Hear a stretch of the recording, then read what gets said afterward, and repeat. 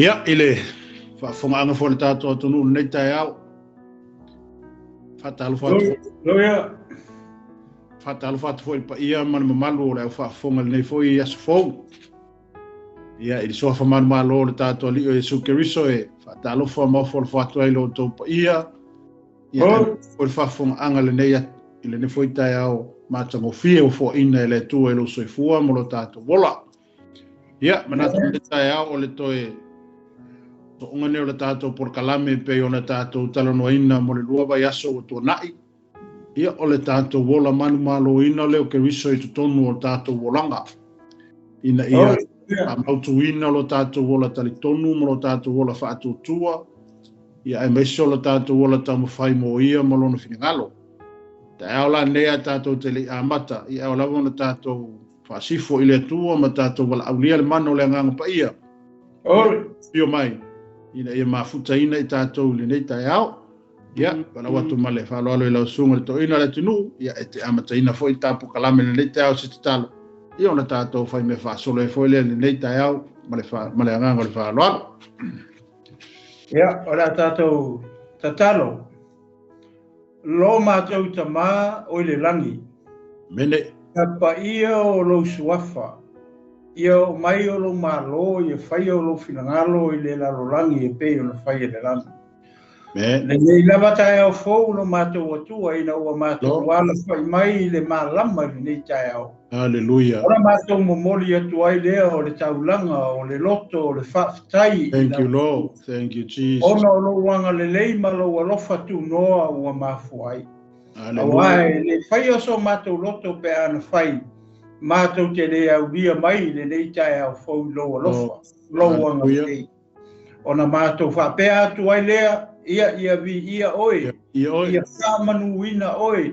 Ia whangatu o le vi inga o le whamanu. Ma le whanetanga i lau o fio. Amene. Oe o le atua o le li o le tupu lava oe. O le atua o aper amo i sa ako mai a kopo o lau suafa lea. E ilo ai oe whapapau. Oe o le atua e le liu o na nafi o le soe o atu i le whapapau. Oe o le atua pa ia, o le atua mamalu, o le atua e siri ese. Hallelujah. E fo atu mea uma e whaima nawa i lau fio. Amen. Tau atu e lau whaiva uma, ne pa ia ma le siri ese o lau fio. Yes, Lord. E avatu e mea uma, o iai le manawa o le ola, le vi inga i lau fio. E tō atu o tuli vai uma i lau fio. E ala langa atu mea uma na e whaia. Mo lo lava vi inga o mātou. E whapena le tae ao le nei ta mai na ua mātou wala whai mai. E le ai se mea o iai mātou. Mātou te watu lea i lau fio. Mene. Wana o le leo lea. Mātou leo atu ai le taulanga o le loto whaatai i lau fio. Yes, Lord. Ona o lo wanga le lei ma lo alofa tunoa. Leo o mafo ai o na mātou wala whai mai le fia ma le oli le nei tae au. Hallelujah. Mai le o afe mai ni mala o ni whaalawe. Ai maise o le whai ngā malanga le mariu ma le oti. I o nā kei tangata i le nei aso lo mātou. Hallelujah. Whaafitai tele lo mātou. Tai le tua. Hallelujah. Tama le nei tae au ma le nei tu aso ia o le a masauni. Ma te tautalangia la upu. Ma te fola atu lau upu o le tala le lei lo malo lo mātou atua. Tama ma te lei lo se mea. Ma te vai o i ma o tangata lo mātou atua. Ala lea ua mua ai o na mātatalo mawala au i lau fio. Lau fe soani tama mo i ma ua i le tae au. Hallelujah. Ia auina mai lo wanganga pa ia. Ia fetalai lo wanganga pa ia le tae au le nei. E moli o lau upu ia ai o finangalo maloto maota malawa i le nei tae a fou lo mātou. Tau lava ina ia whaonga mai o ua leo o ngutu whaongai o i foi o ua lau whaiva lo mātou atua. Yes. Ia ai fetalai lava oe a nganga pa ia. Lau whaunga ia i lunga o i ua o au. Le whaunga le na tia ai i ua o au na tia ai o ma tangata anga sala ma le amio o le tonu lo mātou atua. ia ai ali pea lau fio. Hallelujah. Ina e lau fio, fai wina e lau fio, le nei fasoa, ma le nei tala inga le nei tai a fo. Amai a, ia fo ia tu lava le vi inga ma le fa manu ma mea uma i lau fio. A ia tu mau pea le fata wai lunga o i ma ua o na. Yes, Lord. Ilo mo Yesu o mata talo wala au atu e nei. Amen. Amen. Hallelujah. Ya, la to lewa te lagi le fa sangi me le fa mo e pe ona bo fo me mata sa le nei tai au. Ai la gona le. Hallelujah. Ala me le nei tai au. Ya ma fa so fo ia le fionga ma le upu fola le tu le tai au le nei. Pe fo yo e fa fonga mai le nei tai au. Ya. Pe na lua tu fo ile mana o le ngang pa io le tu e lo loto ma lo fina ngalo. Hallelujah. So inai tātou ma whapena ona tapu e nei pea lo tātou wola sa ili mo lo tātou wola finau i le tua. Amen. Pea le matau, pea ona tātou talanoa ina. Ia o lo tātou wola manumalo ina o ke riso i tonu o lo soifua ma lo wola. Pea ona whaupu ina le tātou por kalamele na o le olanga manumalo ia ke riso. E tele kerisiano, e tele foi tangata i tonu le ngā luenga le tua. Ai te tapa i eini vaenga e wha malo si ai lo wolanga mausali, ma lo wolanga kerisiano, ma lo wolanga tū mau i te tonu le ngā luenga le tua. Amene. Tele rau kerisiano, e tele tangata kerisiano. Ai tele kerisiano wa wha vai. Tele foi kerisiano wa solomuli. E ma fua i sea. E te tauona iai ni vaenga e wha mausalina. Pe te tauona iai ni vaenga tāua. E wha mautu talo tūlanga i te tonu o le ngā ruenga le tua. Amene. O isi ia vaenga la ma wha soa ma tala noa i le tai aule nei. Pe foi ona tātou, pe foi ona mātou tala noa atu i le lua vai aso o tuana. O le isi le vaenga e wha penao na wha mausalina i le kerisiano i te tonu o le ngā ruenga le tua. O le upo le tua. Amen.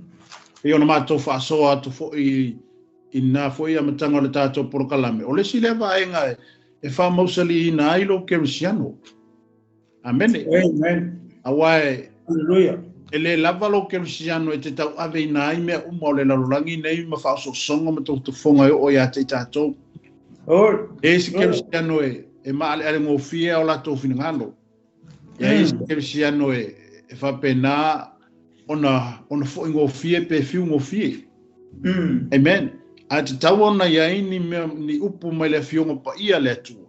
E whātu mawina ai ma tapu e nai lo tātou wola tū mau.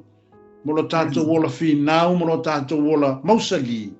Ina ia awane i whamelue ai lo tātou talitonunga. Ia awane i whese e ai ia la tātou mau, mo lo tātou tinonga i le atua.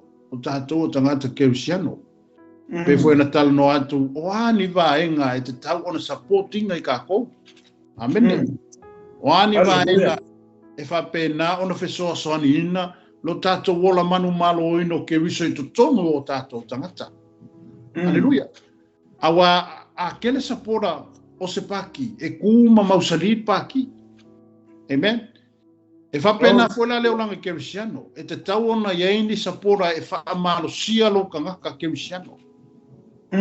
Ene, te tawa na ini vaenga na te whaamoe iai o atangi te vai iai. E mawhai ona e apatu. Hallelujah. E mawhai ona e tango atu i le au malosi o le atua. E whesoa soani lo tātou vai. Hallelujah. O ala soifuanga ma leolanga le te soifua ma uolai.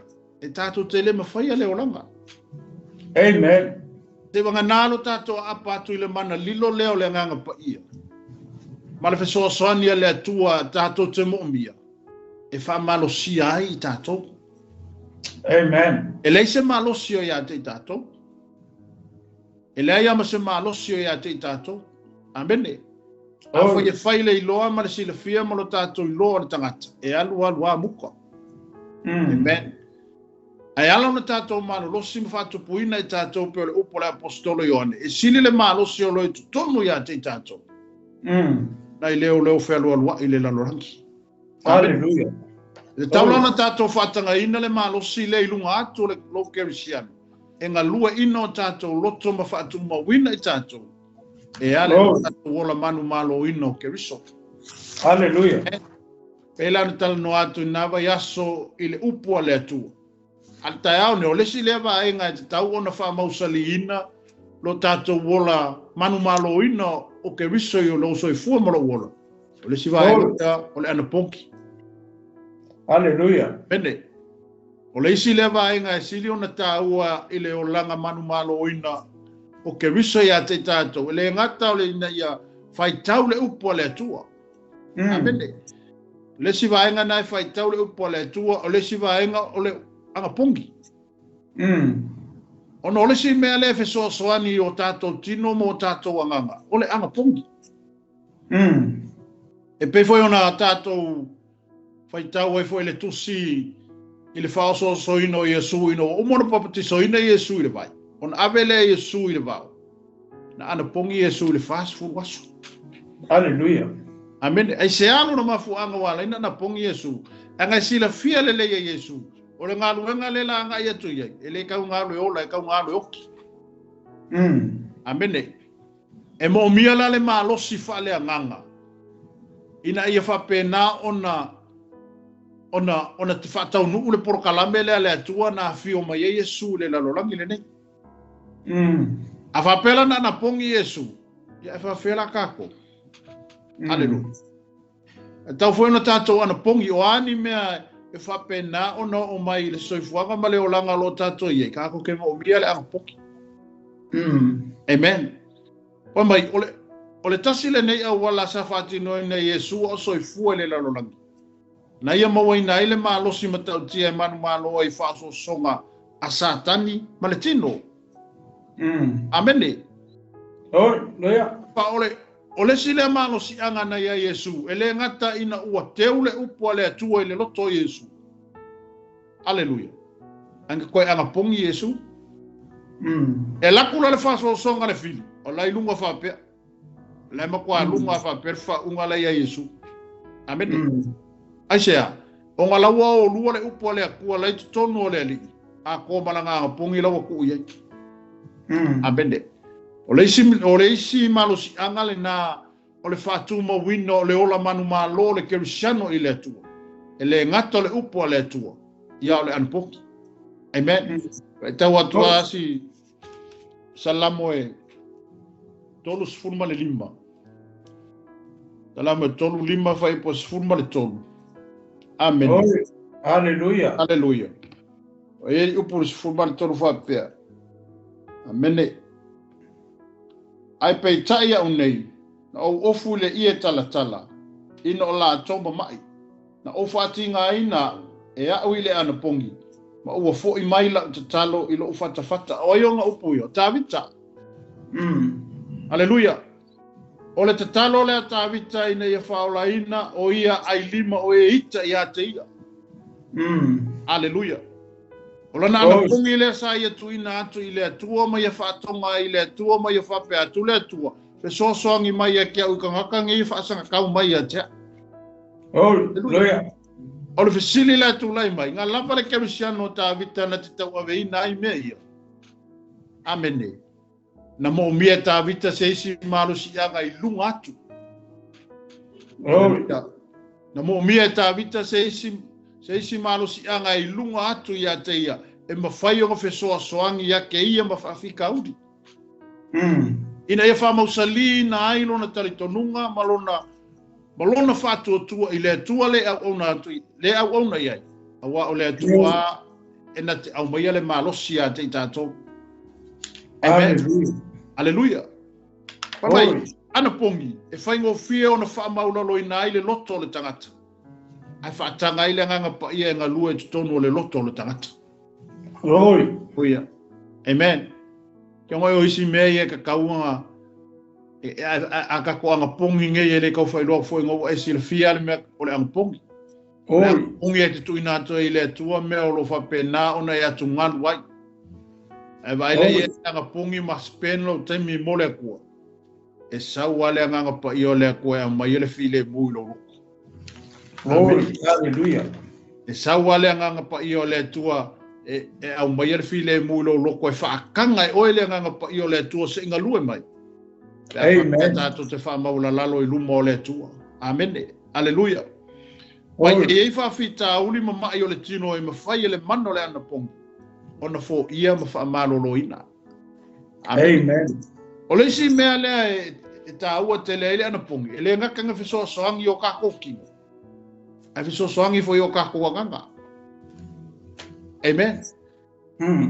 Ana pongi fiso soangi inga ia whapengango whaiki kia lau kau sami. Aleluia. Amen.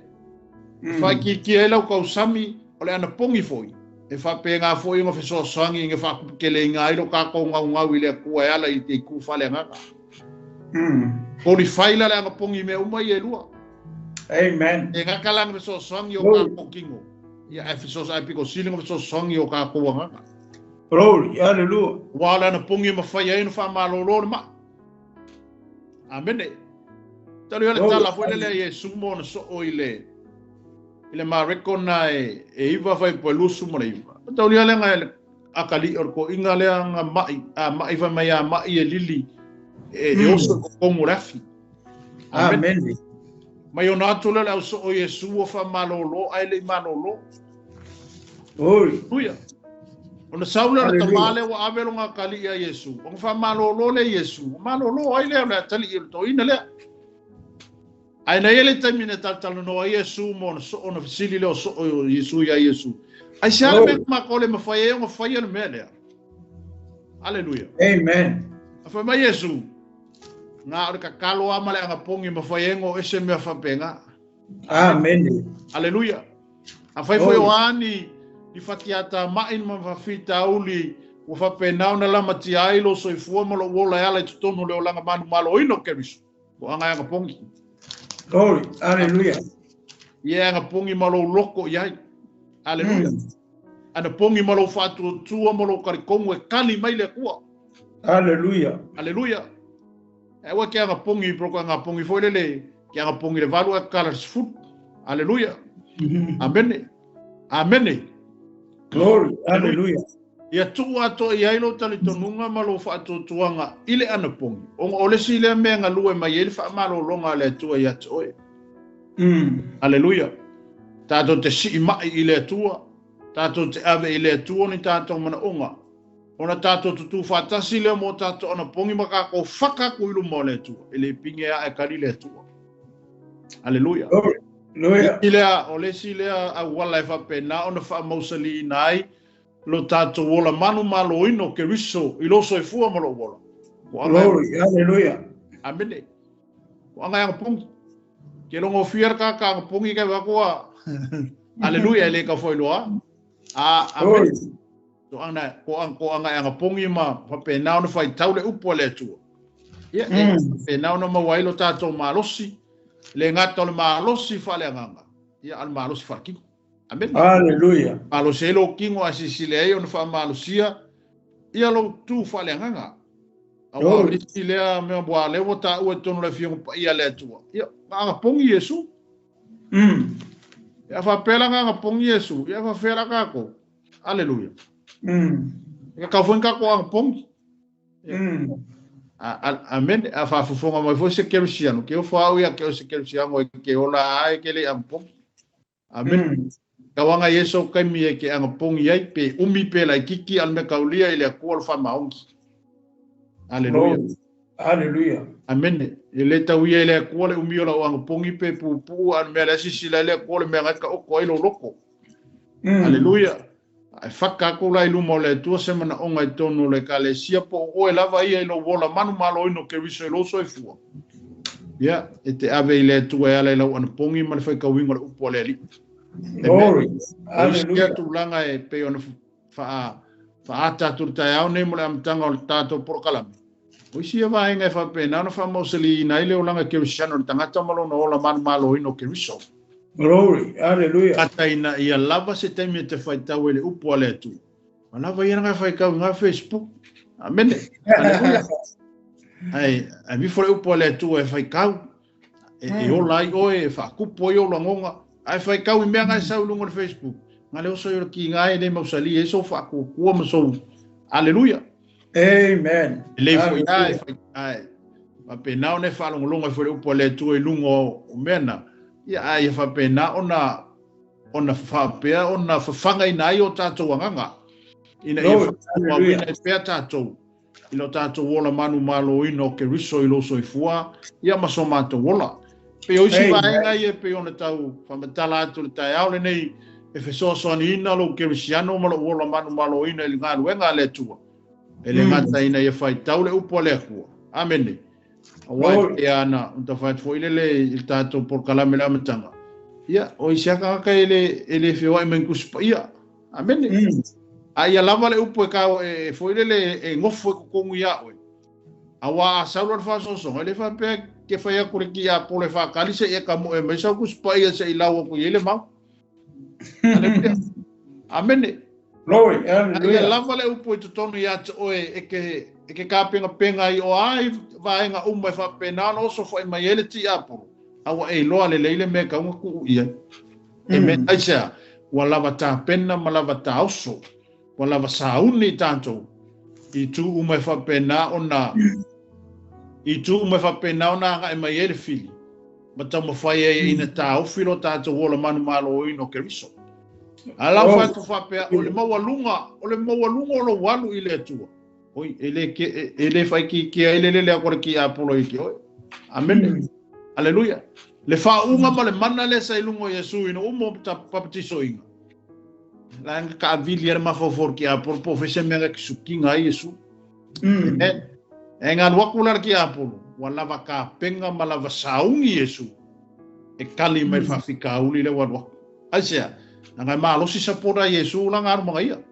amen e malosi mea langa kua ye yesu le kamingalu e mga ia i o langa inga ua umanga papa kisoinga ele ngakala inga keu ele ngakala inga lava ka penga yesu le kua le fale ngaka au le kufarki amen e fta ye marki apolo e la kular ki apolo manga pomu au e lo foi la yesu le me e pingi mai o se fata ita inga foi ngamo ka ko la gersiano yo ka ko wo mai awoni fa sama no la walu termine amen awone ye alu foi le pe te alu ka wa nga alu pe ka wa fa pe ka wa lo o ai o mai ne ke le lo le fili la ka milo a so se me pingi ka ko amen e ka kaula ka ko wo ta pena mo ka ko wo saungi ele le yar ku po se me ala e saungia amen Hallelujah. E fa fu se ia like ka penga mo kako ka penga.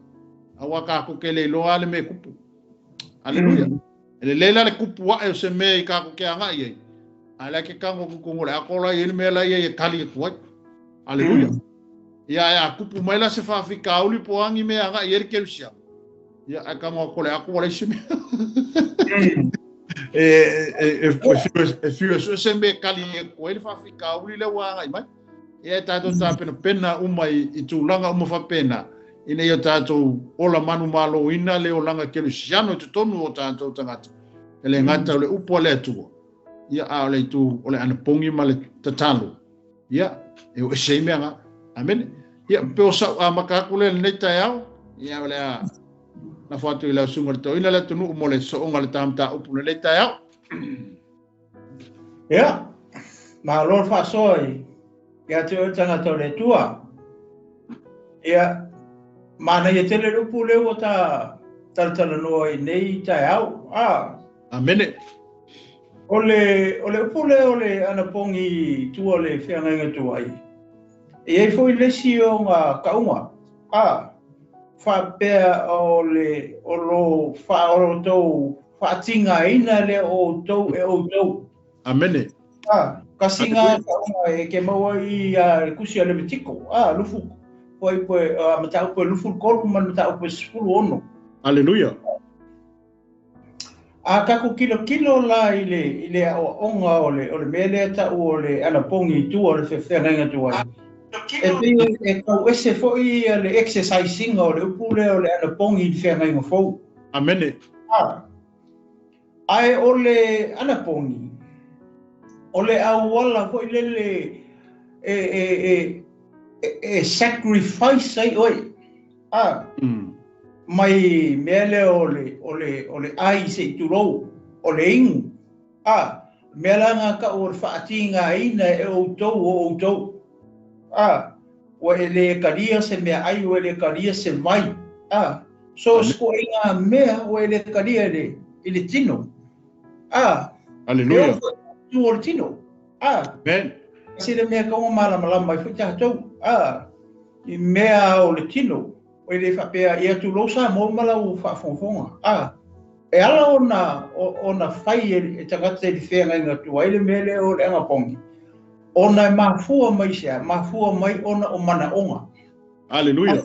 ua iai le mea e tau o le mana onga ona ta pena lola ia o foi lea o Israelu ma le nuu o le atua e la sacrifice la to la to tino me ser ka usinga kingo Hallelujah. Amen. o mea inu e o lava ile alu o tangata moe lana vase i tulou nei tae au e include ma mea ma fua pere sea o leo ku ko alo mga onga i le atua ai sacrifice lolo kingo whakinga inga oi tasinga upu le whamtala mai i tu o le whenga i tu ai le mea le ta o le anapongi Amen. Talu waila mawhawhahoi tai pei o le mea le tau whaautu ia le tamata upu pasta koi lea ina ia tātou wola matasi lea wala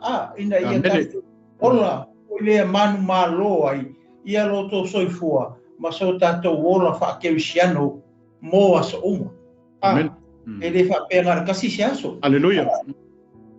o le anapongi voila o se mea e voila e tau ona set up se aso ka ke anapongi ai pe lua aso vai aso pe tonu ai le whape voila le ia se atangata malatu plan Amen.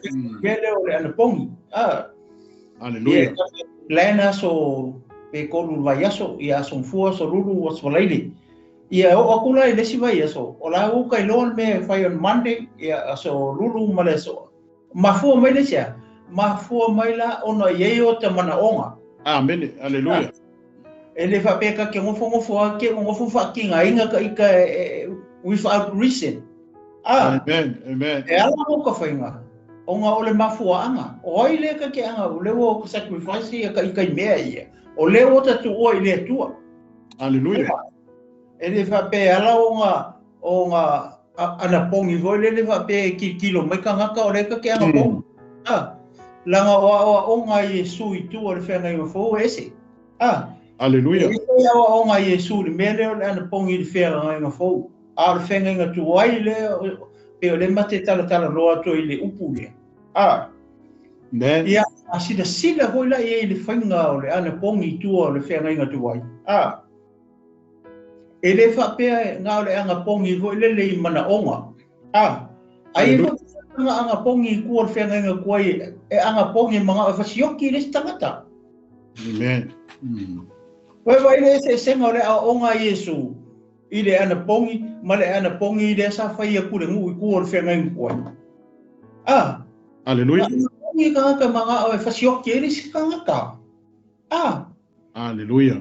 o wawa ai le tala ia apo mana pota ma ia se pela nga anga pongi ka ea mga o mai ka fo i fire mon mau pe pelo inga ia oki na pota ai ave apo mai se pela fangu na pota Amen. wa ai la e fai ala si ese senga ole ana pongi le ka ngo mai fenga tuai ma le anga pongi la le nga awa o mai Yesu pa mai a awangi i loe ka ngaka o ngai ki anga pongi Hallelujah. Amen. le anga o loka ma o laia fio i le mea rilo Amen. pa mai ka unga furu ma o fonga o maka fai leilo lo ofu mama o oe fangu e kulo awangi i loe ka ngaka ngai ki anga pongi nga o loka ma le fio i mea rilo nga ke loro loko ia arfe nga kuai ia kilo kua ka ngaka lai asu el para i lunga Fa ele ai tangata I whenga nge tuai le mele ka o langa pong. Amen. Hallelujah. Ai te o le winga tonu wale ma ke ka wanga I ku ile ma fa so le upu le. Ka ko o le anga pong ile fa me whenga nge fo. Amen. O le lo fai tau atua ia upu le atua le I le mele. Amen. Ana ia fa ko lo tu ile le. Yeah. E te maua lai le e te maua ile Isaia. O le Isaia e limas fulu malevalu.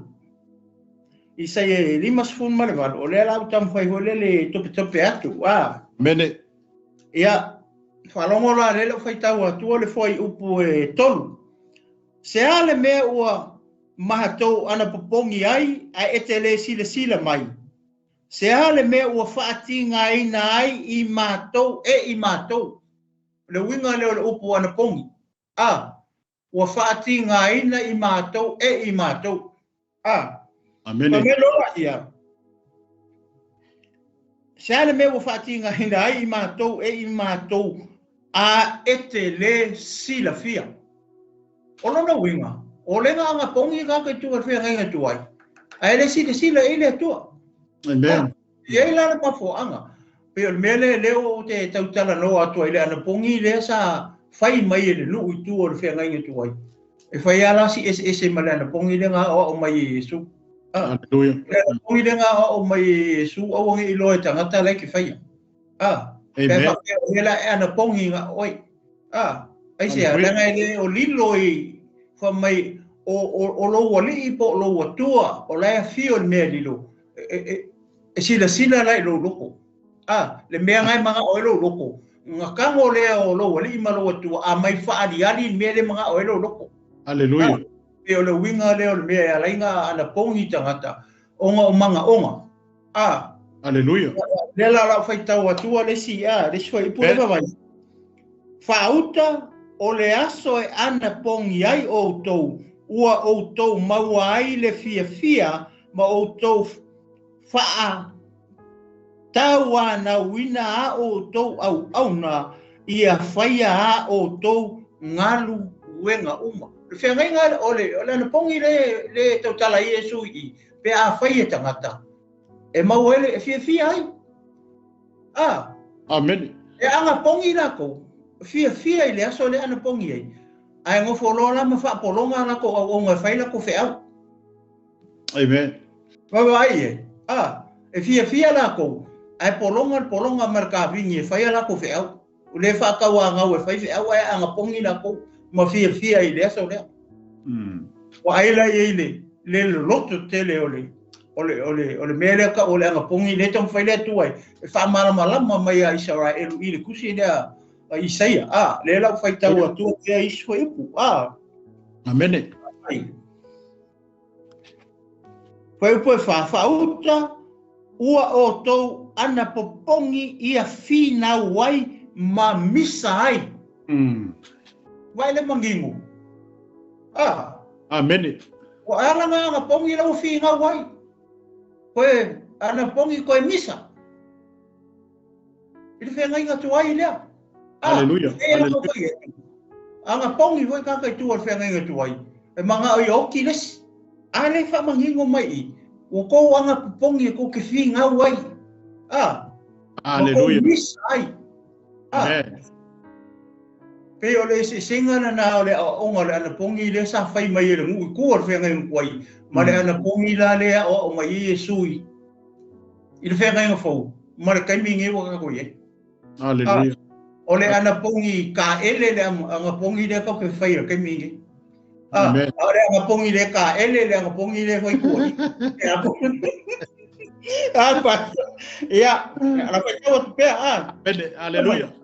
Ma ia tu ai ile lima e fai ele a mio leanga, vai. O fai ma le mio leanga. Aua to te ana popongi e pei o le aso e la ngona ai o to leo ile mea maualuma. Vai vai ai. Hallelujah. Oh my God. Ne fai ngole ana pongi le wa ho la va ai ko la fa kingo mai la le fu ma fe ma O lai wa ai uma ko i kangaka. A ole ana pongi lea o mai Yesu i whenga inga fō. E whai le mea lilo. Amen. Aua ki loe le si lai ki anga pongi. Nga ole a kua ranga ki si da fia o nga ki anga pongi. Whapea kangaka e ki sawari ya e. Hoi le mau ke unga maa ngai a. E le loe kangaka o po e anga pongi pele ai. Kasi ai ia le ranga ki loa o e la ki anga pongi. Nga ole a tua. Lai a fio le mea lilo. Lai kiri kilo i lo loko. Aleluia. Ia, wala iai. E whaapea ea le ana pongi o te loto i ai. Le lau whasini mai le akua. E whaapea ea le ana pongi o te loto i ai. O le anga pongi misa. Wai ai. O le anga pongi whingau. Ale whasini, o le anga pongi la leo ke mga oa. Ora kou whaparapala ma kou Aleluia. Ma kou leo ki tele me whaia kou anga pongi kilo ko umakangaka ia o kou lako ke anga pongi. O kou misa ma whai mea whapenga. Ane ana whasini me le tua i fwai pūrea. Whama e whapea e le ana pongi o te loti i ai.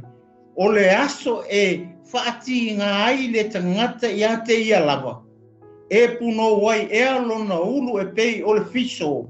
E fola lona moenga i le i e tala male lefu. E te wha ingoa ea le nā mea o le anapongi. Male aso e fia i ai e ova. Yes. Le ala wha makala le lei mai a le kōl whaingoa anapongi rea. Aleluia. Le wha mai ea. Ua fola ilo moenga i le i e kala. Ua puno ilo ulu e pei o le fiso. Ua e ifu. E fola ilo moenga i le i e kala. Male lefu. Le wha makala me re kua langa pongi le whai e isa la elu. Mane ngu. Amen. A mai lona i o whai upoe ono. Whai mai. E le o le nei e le ana pongi o te loto i ai. Le la wha makala mai re kua le anga pongi e le whina ngalo ai le kua whai. O i le maulia. Le ala wha maungia mai upo Yesu i luma. Alongo la le whai tau atua. Amen. E le o le nei ele ana pongi o te loto i ai. Ina ia tatala, ina fusi na whaia i le ami o le anga. E tatala fusi o le amo. E tu ina atu ia saa loto e ua whaasawa ina o ai. O au polonga ia. Au polonga ia whai au kavingi. Mau au onga. Amen. E te anga pongi e te fia ai. Ia alele. Lele sai o pangka malau au whai ngā ruenga ma. Aleluia. Le makoi wha makala le mai e le tua i. O le ane konga whai. E ka kaunga ngā kakala fusi o le amo. Whaasa o loko ia. Ia tangata ia whaasa o aina. Ma ia o tau ngau sia hamo uma. O le ala winga o le ana pongi le whina ngalo i le kua. Whaasa o loko ngaka. Aleluia. O loko o le kangaka. Mai le polonga ma mea uma le whai. Amen. Kai pei fo i mole o le tangata o le ola i le angasala. O le mea ngā le whina ngalo i le tua. Aleluia. Ina le nganga o kangaka. O lai polonga i le angasala. Lai whaima polonga i le angasala. Kasi ngā winga lo loko o le mele whina ngalo i le ko, le mele ka o le angapongi. Aleluia. Ia. Whamere whai koe whitu. E le o le nei ea, ona ia tofi au mea e ai i le ua fia ai. Kasi la le vahenga o lau angapongi. Le angapongi i le whina ngalo le kua kau ke whai. I le kaimi e kako ke iai. O le ara kako me whai. E kofi e kako me i kaka fia ai pe kau ke oa kua la fia ai a kako o. Amen. O le mea kong, vaenga mua le o le ana pongi, le whina ngalo i le tua. Le ala ea o mai e Yesu i kua. Aleluia. E le o le nei e ona ia te tofi au mea e ai, i le ua fia ai, ia au mailo fale e ua matitiwa, ma whaasawa aina. Koe vai e. O le ana mea whai. mai lo fale. Oe ua whaasau inga mai makikiwa e mai ea. A mai whaingu. Amen. Hallelujah. A mai whaofu. A mai whaalawalanga. Ole ana pongi le fina ngaro o ia. Ia le tua. Le awa o mai Yesu ilumor whenga inga fo. Ole ala o wha. Ole alofa.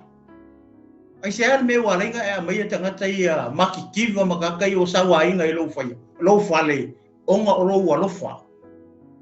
Aka kirikilo e le mele o le anga pongi. Le fina ngalo e le kua. La ya fi mai le upu le o le alofa. Amen. Le tau whaaka mai le mele le kusi le al perfecta. Vai le kua perfecta alawa. Wo o le ai al perfecta i luma. Amen.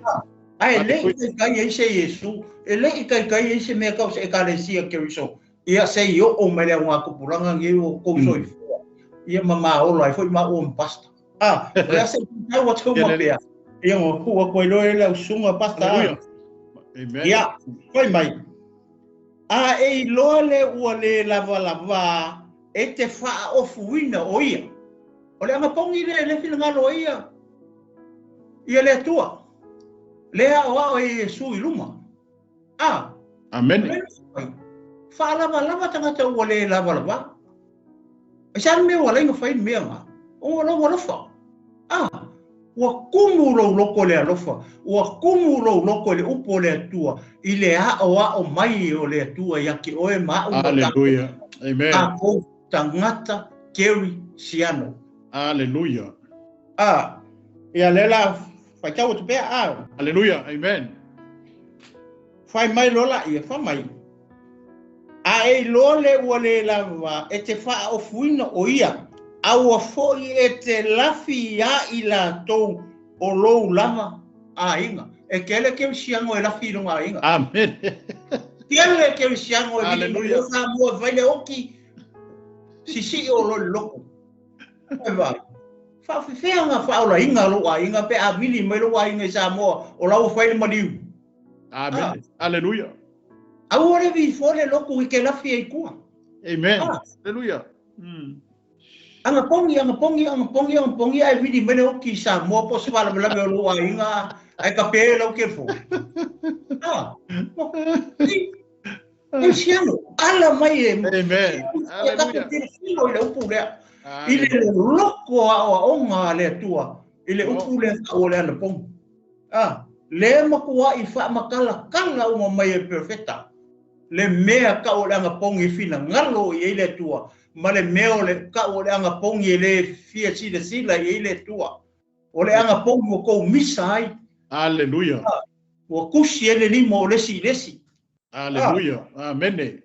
O lea lama ko I wha lama mai le lei mai I. Aua ke lafi lo a inga. Amen. Hallelujah. Aua ke alo sai mea whai alo a inga. Sa moa. Maringa ia kungu ka kungu foi mau ia misi fu pe ku Australia Amerika o fe lava e mai mo mai ai Amen. o ilo fina le upu ia au ke ala filo Hallelujah. Glory. Ya vi ele tua Ele li.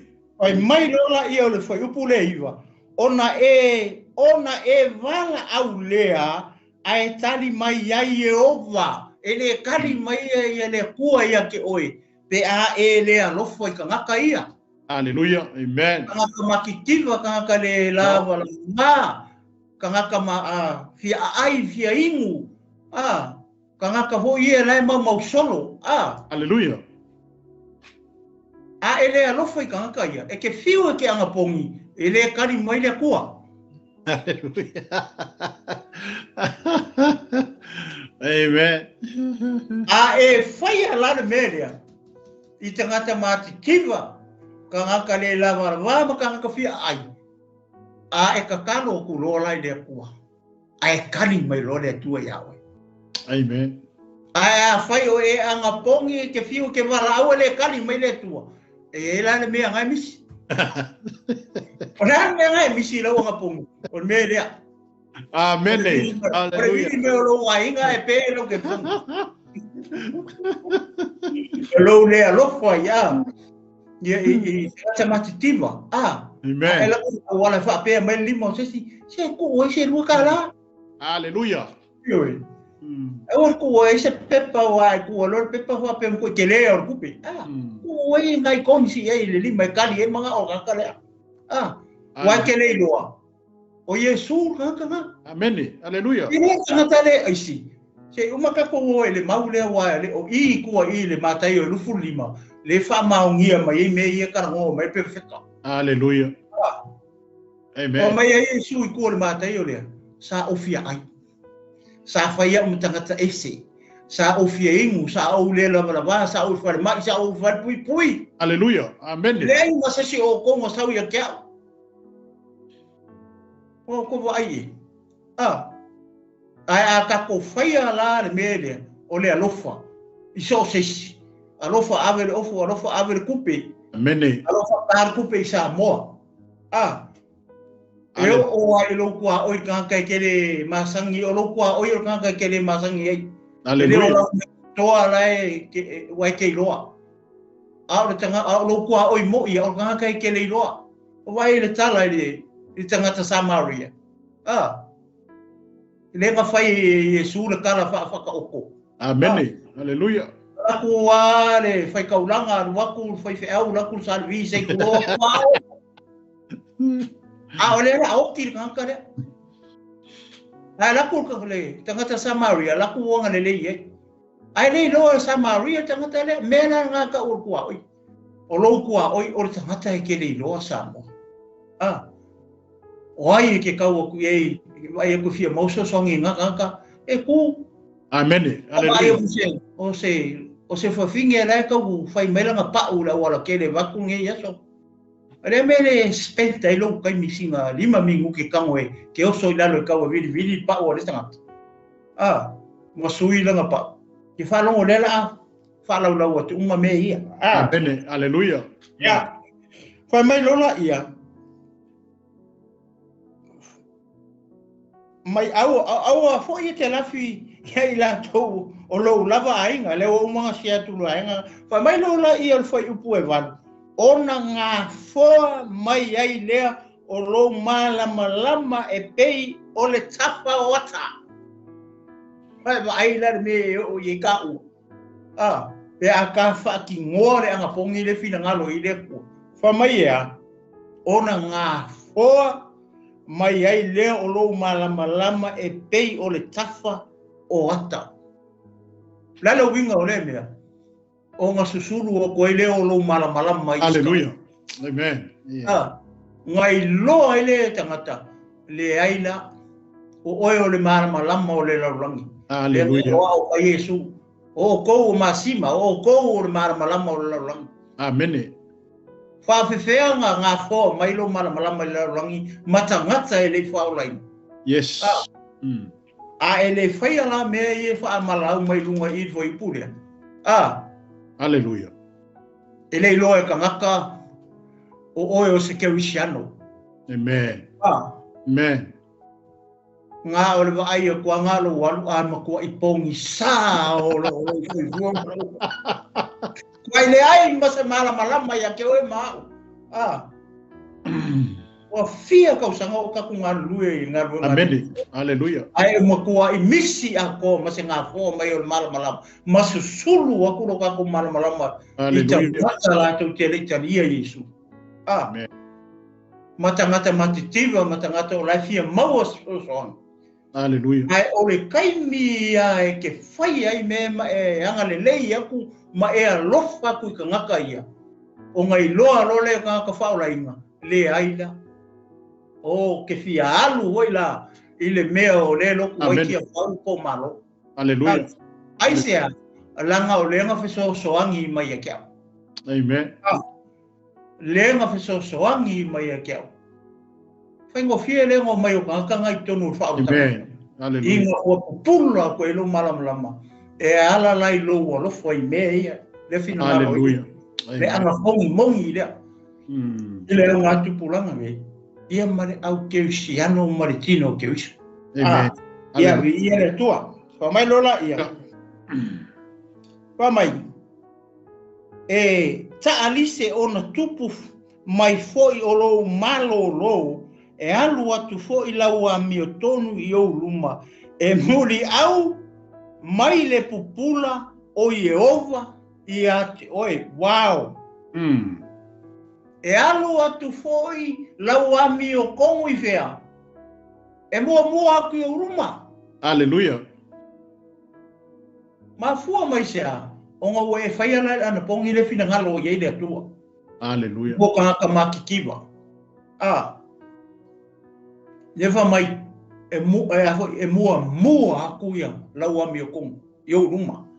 Lefa mai fa iunga ole foi upu. Fa mai e muli au. E muli au mai le pupula o Yehova i ate oi. Aleluia. Amene. E mua aku lau ami o kongu. O oe lea. Ai muli mai lea. Le pupula i Yehova i o kua. E pui ma leo oi. Yes. O le makua i ma ngai o. Aleluia. Amen. Pe a ka ko whaia le anga pongi le. O le alofa. Amen. Ai leo le anga pongi voi le kusi ele lima i le simfi ngā waipo ai e sao. Aleluia. Po le anga pongi ke manga o ia whare pui le si o uso. Ame ke le wha mangalo ai. Aleluia. Le ame le kakala i fusi o le ambo. Amen. O ngai ke fusi le skangaka. Aleluia. Ele o really singa ngaka mai loko ngai ke ika. Amen. O le wha mangalo. O mai foi la i le maunia. Le o fie vai tau atu pasta. Aleluia. Aleluia. Amen. Vai mai lola ia. Ona e wala au lea ai tali mai Yehova. Vai vai. O ka kalo ko le mai wala au ai kali mai. Amen. Ai va pe ke fiu ai fai fiu ke anga pongi mai fiu ke wala au le ko ai le kali mai. O le mafu anga. O le mele. Aleluia. Ya ka malama le mele. Fai le mele fina ngalo ile ko. O nga ka ko kalo le me wala au ku le tua. Ai kali mai lo le tu. Kalo ai isio wa kali. Ia, o la ukari aku ia oi. Aleluia. O nga ngai ke mga oi. O le la ukari aku ia oi. Langa o leo ke kilo o ngai ke alofa i ka makiwa. Amen. Ai ke fa lava o ele lava. Nga oi ava kua ka ngaka i lo fale. E fa fanga ai, ma fa ofu ai. O lea, o la ukari aku roa ia oi. Aleluia. Wa ai. Amen. Amen. Amen. Ya, mamai. O aule nei pe a fai e te whaate e se ina le amo i ate o tou. O le tusi o le lima ma le upu wale. A fai fo i te lofa atu i le ua fia ai ma e whawhanga ia ma ona o le ua ti ngā o na alua e lea o lo malama i le pouri uli ma lo pongi sa e pei ole au auli. Amen. Aleluia. O le ana pongi le fa mai mai wa mai ia ku ese le mea ka o lo kusi o lo lima i lesi Aleluia. Amen. ia fa ate ese ina le amo ia te o tou o le tusi o le lima ma le upu wale o le upu palau wale po upu le anga o vai foi posfuru. A fai foi e te alofa atu i le lua te... A fai foi e te alofa atu i le ua fia ai vai. Alofa i tangata fia ai. Ma e fafanga ia maa ona o le ua tinga. Le ua lua. Aleluia. Ona alua e le o lo malama i le pouli uli. Wai o le whakusa oe o le malama. O ngā alua e le o lo malama oe o le tangata kerisiano, po le au na le atua po le kangaka roku. E alua e la lo malama i le pouli uli le i kangaka i o e anga le i. Aleluia.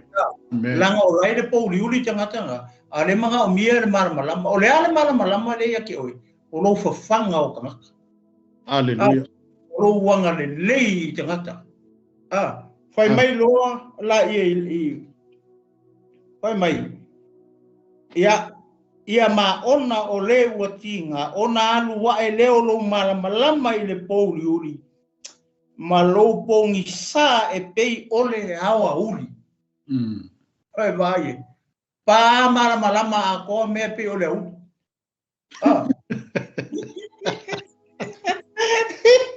Ia leri. Ma le fai posutas. E taita ina foi oe le au noa e Yehova. Fai vai. Le mea e o tangata ke whaia le ana pongi le fina ngalo i le aku. O lana mea o ia oe maa umai kako. E kai inga kako e Yehova. Aleluia. Pa mai lola i lalo le fasi whai tau lea. E whaamali e foi o ia ia te oe pe a onge vai. Ole, ke le fia ingu ke le siano. Aleluia. Ma whaamalo sia o wivi. E malo lo sia e foi o wivi. Amen. E foi oe pei se whanua ua whāsusu ina. Aleluia. E o le vai puna foi e le mate lona sua vai. Amen. E usainga oe i le vai punga e le make le vai e kafe mea oe. Lea le vai lea. O le vai o le alofa. O le vai o le malama. Mo ai. Mo kangaka la ia le kaumai. O e ma tiva o e fia ai o e fia ingu o e le lava o e ua ki ngā o e o le ua whai ma polonga le fi manga o e ka kala le fusi o le amo le polonga i aso uma a le ke fia o anga pongi mai ngofo e lau whale ia a le anga pongi lau o whai ngā ruenga o lai o whai e o e whai o whiau Aleluia. o ma kongu ngā me ke whai ai longa a le fa mai le fia ngapa ia le tu e le fia ye. Amen. Ia au le fai e kako. Aleluia. Ia. Kamara fai busfulua. O e tutupu mai atu e la tau te atia ai mea na whaatufu. Tafu na ina mai ana mua. E te whaatu ina whaawai o lea tupulanga. Ma lea tupulanga. E ngō foi oe o lea atia ai solo o le whaola i mga ala i mea e no nofo ai. Aleluia. Pe a sao le ana pongi le kau ke whai. Te leo le whakinga inga valea i mea hoi e. Aleluia. Kusape ke aso a koe ke le ai mai le ingu. Amen. A ele alofa. E mai maukai. Ele kani mai le atua. Amen. E konu fo yaso ke anga pongi ai, ele alofa. Ele hanga fo. E ke fiu e ka kalo mai balau le kua le kani mai. Ai sea. Ma fua mai sea. Ma fua mai le anga pongi le mga o ia. Le atua ka fai. Le ala ka malama mai Yesu iluma. Ka ele kulo, ka ele mama. Fai fa le so ofu wo wa le o le mu. Au ange i loe ka ngaka, lai ke anga pongi, ngā o lo walei, o lai a fio le mea lilo, e sila i lo loko, o ngā ia au mai whaari leo le kali o lau anga pongi. Amen. Inga ua kakoa, inga ua kakoa lo lofala, i ka ngaka i e ka umai kongu i. Aleluia. O le fina ngalo i le kua, i a kako whaia. O ai, kako la ke wisian. Ia malama le kako keusiano ile ko nga anga pongi ile le fina ngalo le ko ia kako fai o le alofa o le ki nga o le mele o le anga pongi langa le mau mai tu ile matai o le lufu lima lango Yesu wa fa mai o ngofia ai ngofia in ngol fa mai ngol fa pui ai ko kele yo ko asia ia ngā waku ia o kou i whako. Amen. Whai kangi ue malili vau ngifi. Aleluia. O ka ngaka ia ngā lako whai an mele. O la mane o le mau. Langa ngai ke fia pai kamo whai kau mātai o lufu lima. O ka ngaka ia ngā lako whai an anga pongi le. O lele kala are atua ma whai ei. O kou au ngane le ie ma le whamao. nga u fare mai o ko le fifio o lo wali ya fai ma o ko loko le coffee o le malo le ko loko coffee nga fai a ele fa vai inga le la rangi o vai lo ka ko manguia Hallelujah. Amen. fai ele ko le ka ko le coffee le malo mo ka ko e ka ko fai el mele anga pongi le Hallelujah. Nero Yesu le fi ai o Yesu le fa pui o Yesu le fa mai Amen. o Yesu o ka ese Hallelujah. o le ngai aka fai ka ko anga pongi maka ko pasi e ka ko maka ko pasi e fa ka ko longa ran ka mun Hallelujah. le ai le anga pongi le fina ngalo ile kuwa mo ka ko kevishan o ka ko Manumalo le Amen. Hallelujah. o le fai wa maranga ruenga ia so uma o lo alofa le i so skanga ai mai se tanga tamati ia pe o sia ula le fa so aku pasta e wa o mi tele linga ka fai ka ku Wa ma poi ma ngai al fa so le taiao. glory hallelujah Ia le li. La tu foi le wa ta ia uma foi ni si va enga o le ta por kalame le taiao nei ala le fa so. Ia le tu pe ona tato fa so foi ile tato mata po le taiao ne o ni si va enga pe ona fa fonga isa mo le taiao le nei. Ile o langa Manumalo le keviano. Keviano la ele tasi sana mata fa yo e ka fa kingo. Amen. glory Ai le taiao le nei le tala ina mai foi le fa so le sunga to ina ya le tinu. Sa o le ma fa maoni. Amen. O i foi fatu pula i ai lo Manumalo ina o le ola Manumalo ke riso i to tonu o lo tangata. amen Bene. Ele tasi se vaenga te tauna tu o iei lau ana pongi i lo soifua ma lo uola i to tonu o le olanga ke risiano. Pe foi ona tala noa ma whaasole upa le atua le taiao le nei. E te ana pongi i vaenga umaa o lo au mai e le atua i atu oi. E te si i atu fo i le atua se ana pongi e whaatinga ai nai oi mo le si tangata. amen Amene. E o foi na to foi lo o foi tangata e whaatinga ai na lo tangata e ala le ana pongi ina ia e si i ai se mana onga o le si tangata i lumo le tua. glory hallelujah Papena foi la le ia o la vai i lo la ngona ma lo mana onga tu i le tua. E te ana pongi foi o ia mo lo foi la vai mana onga. amen Amene. Ai pe ona whaasoa le tai au le ne matango fio le upo le tua.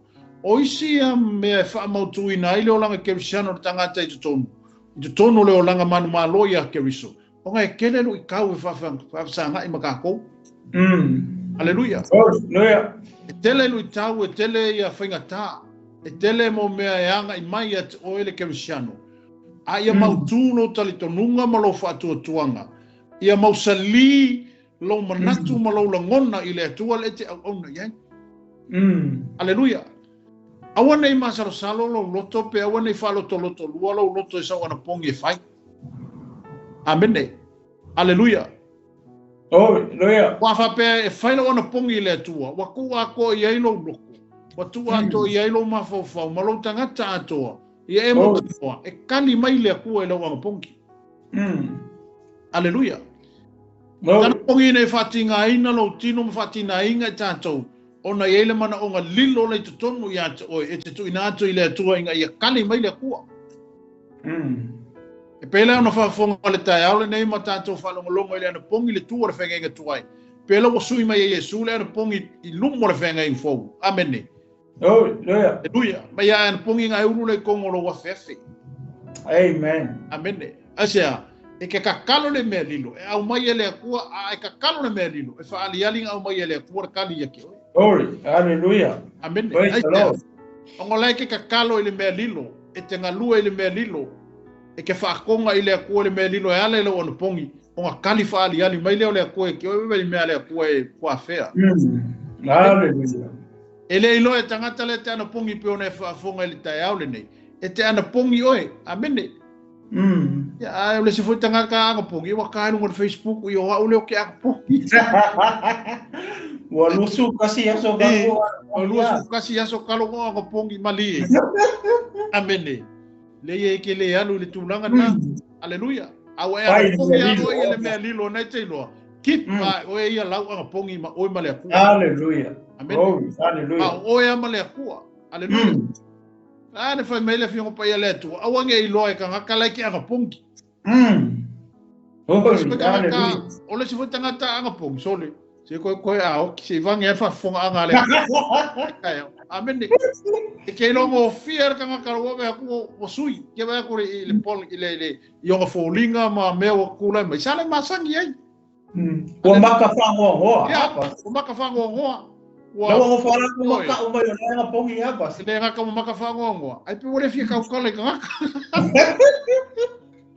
Amen. Ahora no pongi le pe ona tala noel tai aule nei. Ole si le mai nga e so so ni nalo tato wola manumalo ya ke biso. Ele ngata la ina ia fa mausali ina lo tal tonunga ile tu. Ai ke anga pongi me umai e pe onga. Ele fa pe fo inga oe, ele fa pe fo inga o manga onga ke anga pongi e. Amen. Awa mai fo ile tu se kanga ke anga pongi. Anga pongi. Haleluya.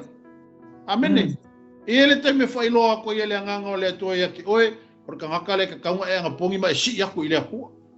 Pos tanga sa lai ma ia ba. Oi, porque ngaka mai po le ase manga onga ole mo mia ile inga le. Ole a fo se me ole tupu le ainga le. E fa ilo mai ele anga le tu ya ke oe. E ainga marka ngaka le. Onga e ku le lumo le ku. Amen. Ai le fu se me la alu e fa fu le ainga le fa ilo mai le ku kalo mo. No, haleluya. Ke kakalo a oe o fa ilo mai ele ku ya ke oe. E ile kai mi e confirm mai le anga pongi le. E sa wala ka ngaka fa ilo mai ya ke oe. Amen. Asia, ola e nga luele nga ole tuo. Ma fa pe nga nga fa ilo ele tuo me lilo ya ka ko. Amen. E su e fo ile ku elo loko ma loko ngaka. E ala le tanto ana pongi. O ela ke luciano le fa longo mai. Ma e fa fonga mai le tai aule nei. O isia ma enga e fa pe na ona fa tupu tele ina ilo tanto wona manumalo ya ke riso. Amen. Le ngata ina ia nofo le upo le tu e tonu o tātou tangata pele upo a tawita. Ia nofo la fionga ilo loto ia tele lava. Aisea, enga ilo le ka vika o faso songa ma me o mai le soifuanga ma le olanga kalunga kutu. Ele fai mo fie. Amen. O le mawa lumo le tangata i se tūlanga e whape ngā kuai. O le kele fo ngā faso songa ma whawhika au le ateka. Haleluya. Ele fa pe sa fa ilo pe ke ala la se me mo lu ngale e ri fa fika au e piko sili aku ma kwa ke le fa fika au le fika e makako.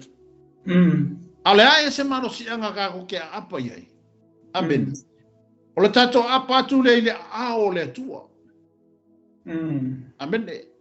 Pe ona tato talo no ina le temi na o ye a Paulo tono nga luenga kono ton ko e foi fa lu mo Paulo tono kon ni ton ta pe lu kon ni. Amen. Tato foi tau e foi vai aso talu ai lo kon nito tapo e sfururua. Amen. Sa fala me lave foi me ia nga luenga Paulo. Amen. Nga ye me kau, nga ye finga ka, nga ye me nga kawa inga kongi ele solo Paulo e langa tala inga. Au le almena apa ye Paulo. Na apa Paulo ile mea e fa pena ona mawailo no fiso soani.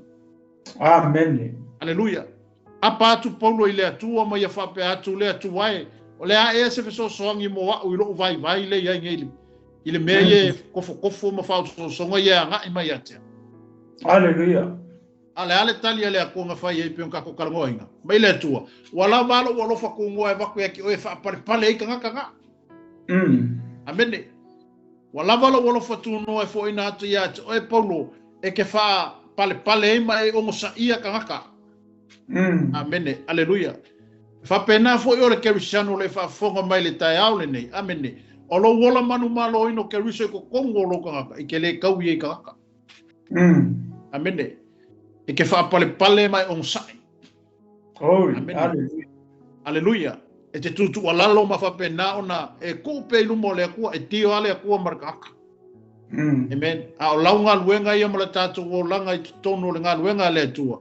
wa mai le akua le o sa ia ka ko amen ale foi mai le tu ia por wala bala wala fo ku ngoa va ku ya ke oi e fe so so nginga la nga lu nga lo foi la le wingo le lo tu no o le fa por pale mo le o sa amen le lo fo le akua e o sa e fa por pale amen aleluia ele como tui aleluia au se ia me fa pena ona fa tupla i elo tatu wala manumalo ya ke biso aleluia ina ia fa pena ona si ato ile tuon mana onga ai ba se tu nga pe ona tatu talo no ina ta yaule nei ele ngata ina tatu mawale upo le tua ai tatu wala ana pongi pe for fa longa le ta yaule nei fa so foi sunga le to ina aleluia ia anga pongi pai sa so ke anga pongi ai porque el siano foi a ingar que el siano ele ang pong amen aleluia wale anga fole tau lang yer ka ko ke siano ka ko ele ang pong amen ka kawanga ye se kai mi ole vai aso ke ang pong ye mai ku ku lu mole tu glory hallelujah ele lava foi la sa ka ko wole ile loku ka ko fa lo mole upo le tu amen na se kai mi ka ko la sa le vai aso ako e ka kawanga ye se kai mi o male ku aleluia baila so ko kaula so nga ka kawanga yese kamio kawanga ise aso va yasonga e ke anga pongi mas pende ai lo kamio mo le upoleli amen amen aleluia ka ko akula lo saku fa kasio ka koloko fire me saule afio le nga pa ia oh seki amen ai se ono wangalo lue fa kasi me mo le akinga ingol finga ngalo le aleluia aleluia manumalo ina la tatou mai le olanga manumalo o le ke riso to kongo ka ko ka ia i loe foi ka le lalolagi ai o ke siango mo ia ka ko aleluia pe bueno fa so ele sunga la tulu ka ya ngai ia ko pongi sa le leia o le ke siango ia ko pongi ai le alo fare ainga glory hallelujah aleluia então foi na tatou mala mai tulanga uma fa wow, lesi kaka ke siang olo pe faula inga sole kwa ngalo ale ainga amen aleluia monia ala mele pe ngaka ko kala no le tayale nei o fenga fu mai le sa wole tu ele ya fu mai le ko se me mo lunga nga sa le ko le me maulalo aleluia amen amaka mai le ko yo le fa ko anga ye kenga sa ko mo aleluia amen ele ia makale kua ni fa penga saulole kua kupulo le tua no aleluia a makamai le kua o ina lo ole se me fa ka va amen a le sikersiam ya ele yo tele ya na se fa tonga foi mo ka ku kersiam yang o isia ke yang o papena ona o isi foi kersiano tanto ya kersiano foi le kersiano ka fao amen aleluia ai e lo kersiano ele que le ao makafa yo e ka fai aleluia glory aleluia ai e picosilia le kersiano a fa maungi male alofa ile akua le ngaka ngalofa ile akua ai alofa lo ainga bene alofa yon kanga alofa yon kwa o i pe ona fa so ale taiao le nei le winga ngai fa ke le ngai le malosi o le akua i ko kongo ka moroka ko lo mangu malo inga o langa lo ka ko yai amen a ka ko ken siang a fa pe o mai foi o le sikel siang nga sa wan me foi ka alo amen o ai ko leo e solo no o le sikel siang nga vai ko wa saule me o ki sole kwa alo ko ele la no ai fa bis amen glory hallelujah cristiano fa mauni ya mer cristiano tu maule ona mangu malo e fainga kape fainga ofie o tau al cristiano e fa sanga ia ma fa fika uli kemi uma glory ale o paulo na fai o aso ka ngale muai maso ele ka ngale muai amen le kemi o so o kemi o manu amen le kemi wa ele bon o kemi wa ifo le van aleluia ele solo le EPS solo so ifo ai fa pe mo kulo tato ke siano mo ka ko fa mo le manga lilo lea o longa lue ina tato e ala le nganga pa io le ko ka ko amen Wala fa'afika uli mafatiata ma ia ngai mai.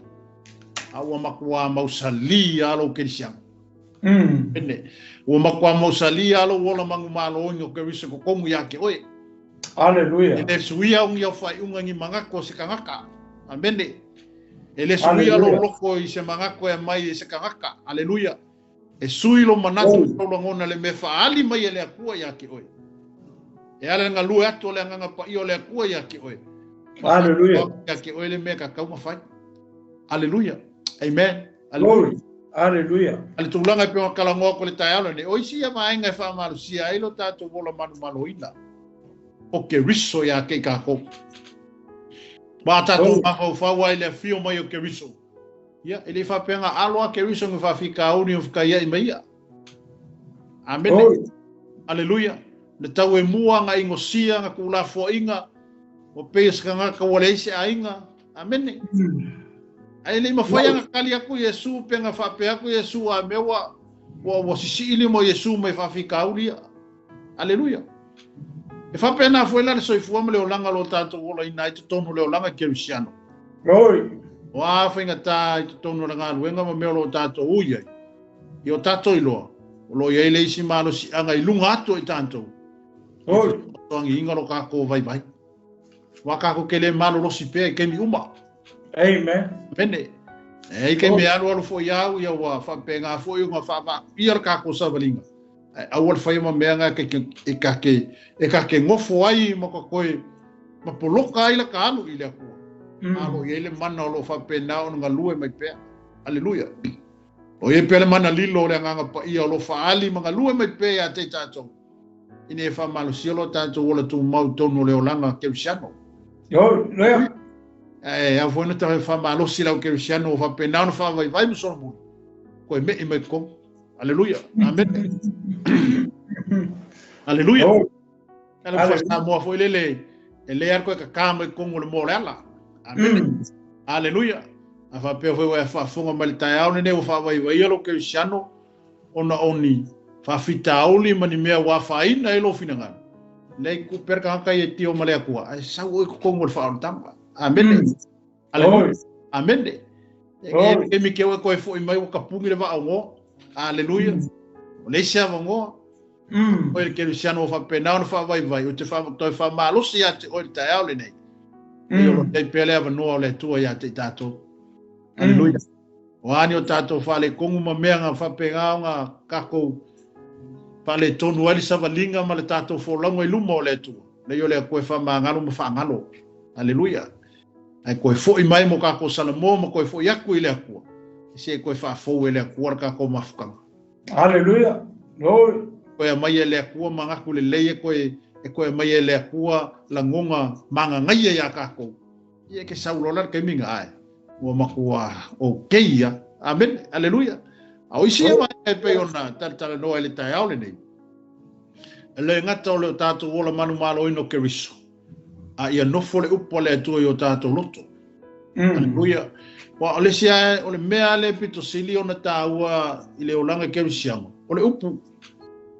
Ole upu ole ana pongi ma le tatalo o mea ia kolu a kolu a fa pe e o a me ia kolu ke me kasi o o ke siano musalim mo kingwa amene o ke siano malos amene ka kawala nga o uma vaenga ia kolu ke me kasi fiula ki a pole lue o mo kwa e mausalia haleluya aisia ona wa ye me ia kolu le nga ka wala ta pena o le upu le tu tu ye malau anga pongi ia fa kasi malau kakano haleluya ia makua tai tar sekalam amen haleluya amen haleluya ala le malosi mai o le filia sau ia ki ai wa makua tai ta o i vaenga le ia ele mafai ele filia o ka lepe pe fa penga o nga fa malue lue inga o haleluya wa le ngata la ile ana pongi pe ona tala no el tai aune ale si foi tu langa tauna o le talo amende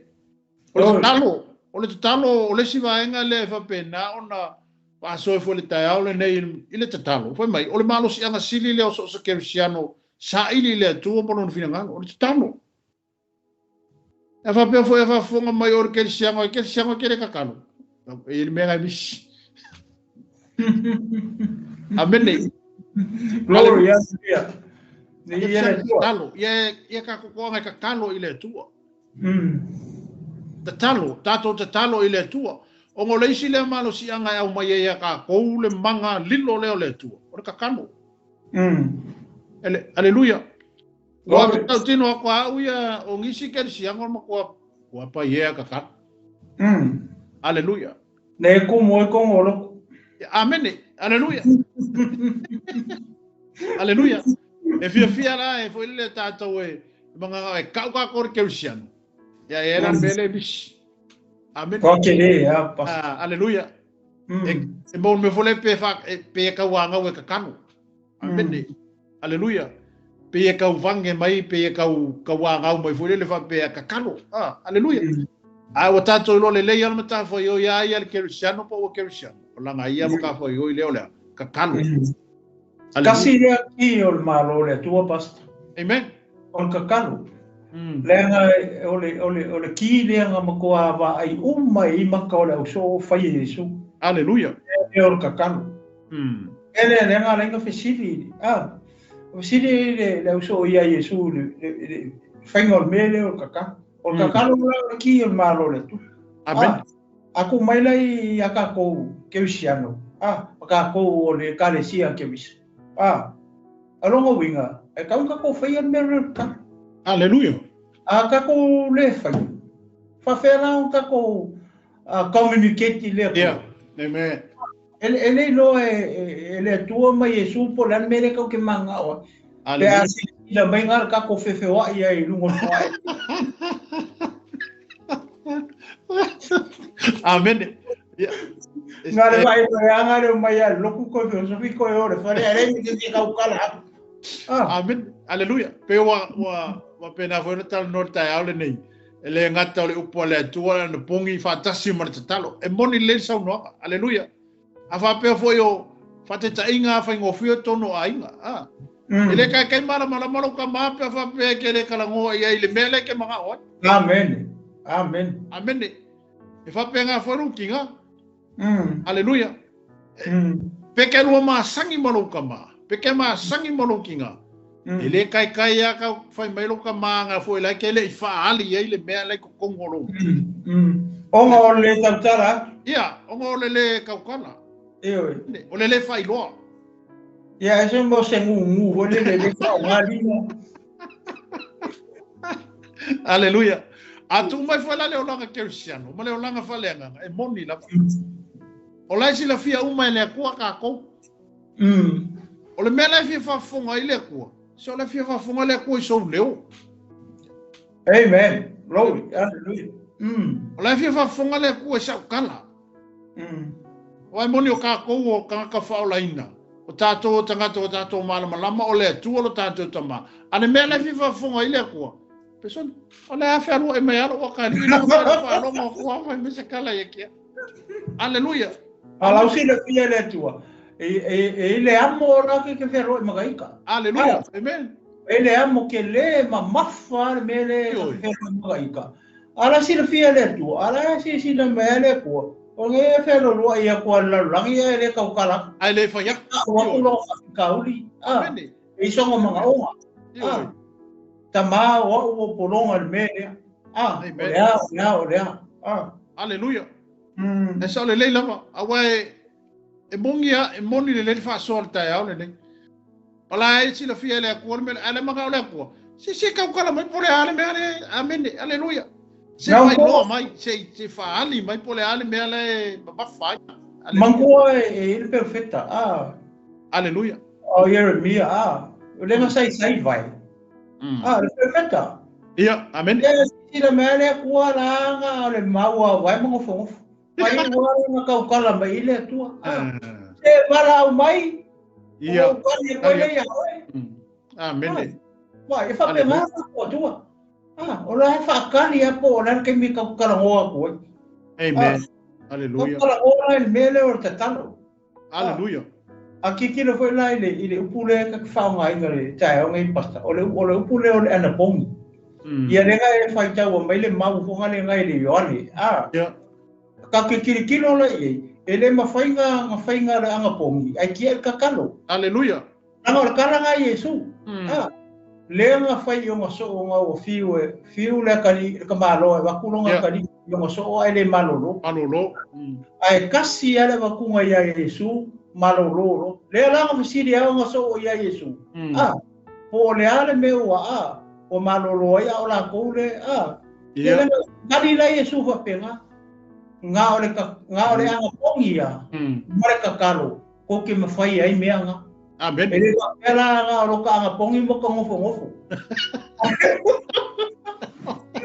neta tau na ta na pongi sacrifice ya le ai mane u pole amen ka mo lo le tu ta hallelujah o ke manga o le le fa mo boni o lo manga o nga le e me le ke manga o hallelujah hallelujah ele mala le e ta tu ke wisha ele fa ka ke anga pongi ngo ka ngofo le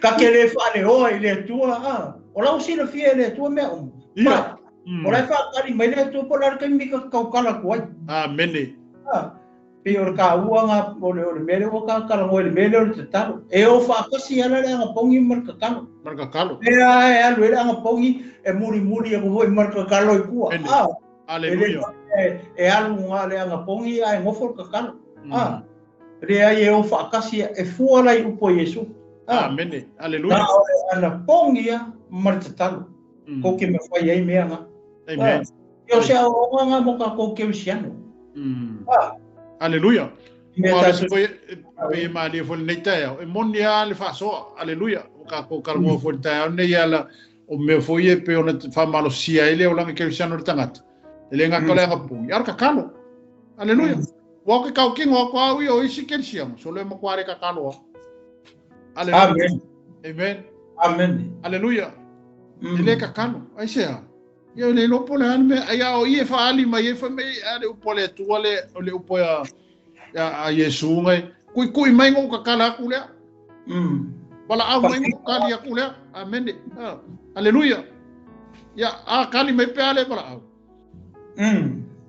ya fa ka inga e fa ngo fia fa ka inga ko ngo ka ko ai amen ele kai ya o mai lo ko inga pe ele bala au hallelujah a fe alo lo ai fo ya lo kali ele kai ya o mai pe ele fa le o lo mai ngo amen e fa pe ko la le tu e wi nga ka ko lo le tu le ka ke o ngai wo ka ko ma sangi le ko ale mena vi va fonga ile ko se vi fa fonga le ko lo le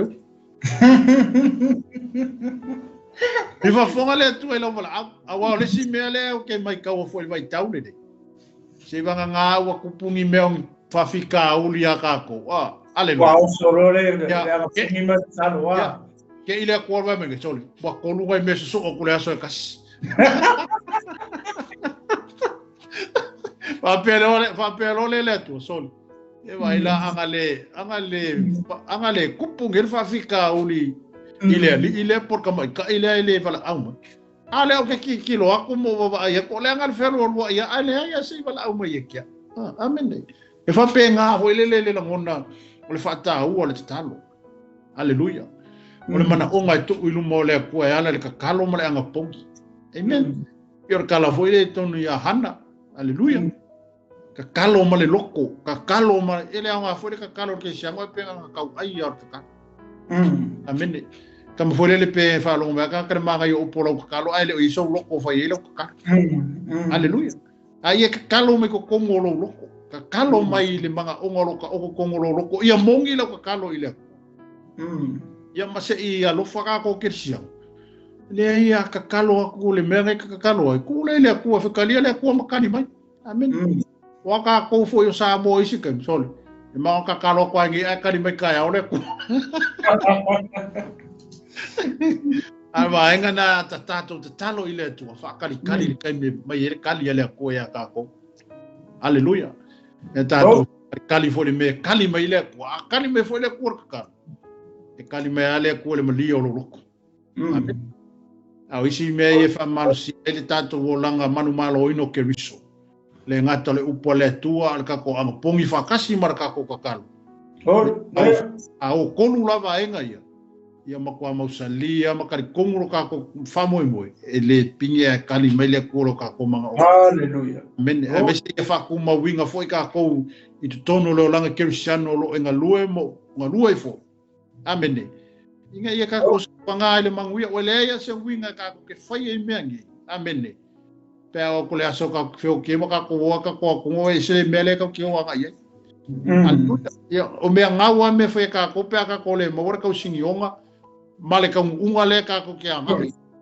amen o me alus ai fa pe ku yelo tato tato nunga mo ka ko fa ko kwanga ma ia ka ko ngalu e kusa marfinga ngalo le ku me o vala winga I ka ko ia o le fa kali mai le ku mo ka ko pale no ia o me ngale ka ko waku wafa pe mai le ona le ie ma fa maoni un fole mai le fie lo wari ia o lo pale le amen luia e fa kupula ia lo fie fa kupula ia lo kaika fie ile ku e mongi e fa finga kale o ke siang o kai miningi a lo ma ka ele ma fai ka ulia lo oli e makwale lo po fe nga kai lo oli mo lo fie amen Pongor ka ko savalinga ma le tato tau sinionga o ka ko singiole o le fa ba amen so se fainga mea ma so se mea ngai e lo na tau bunga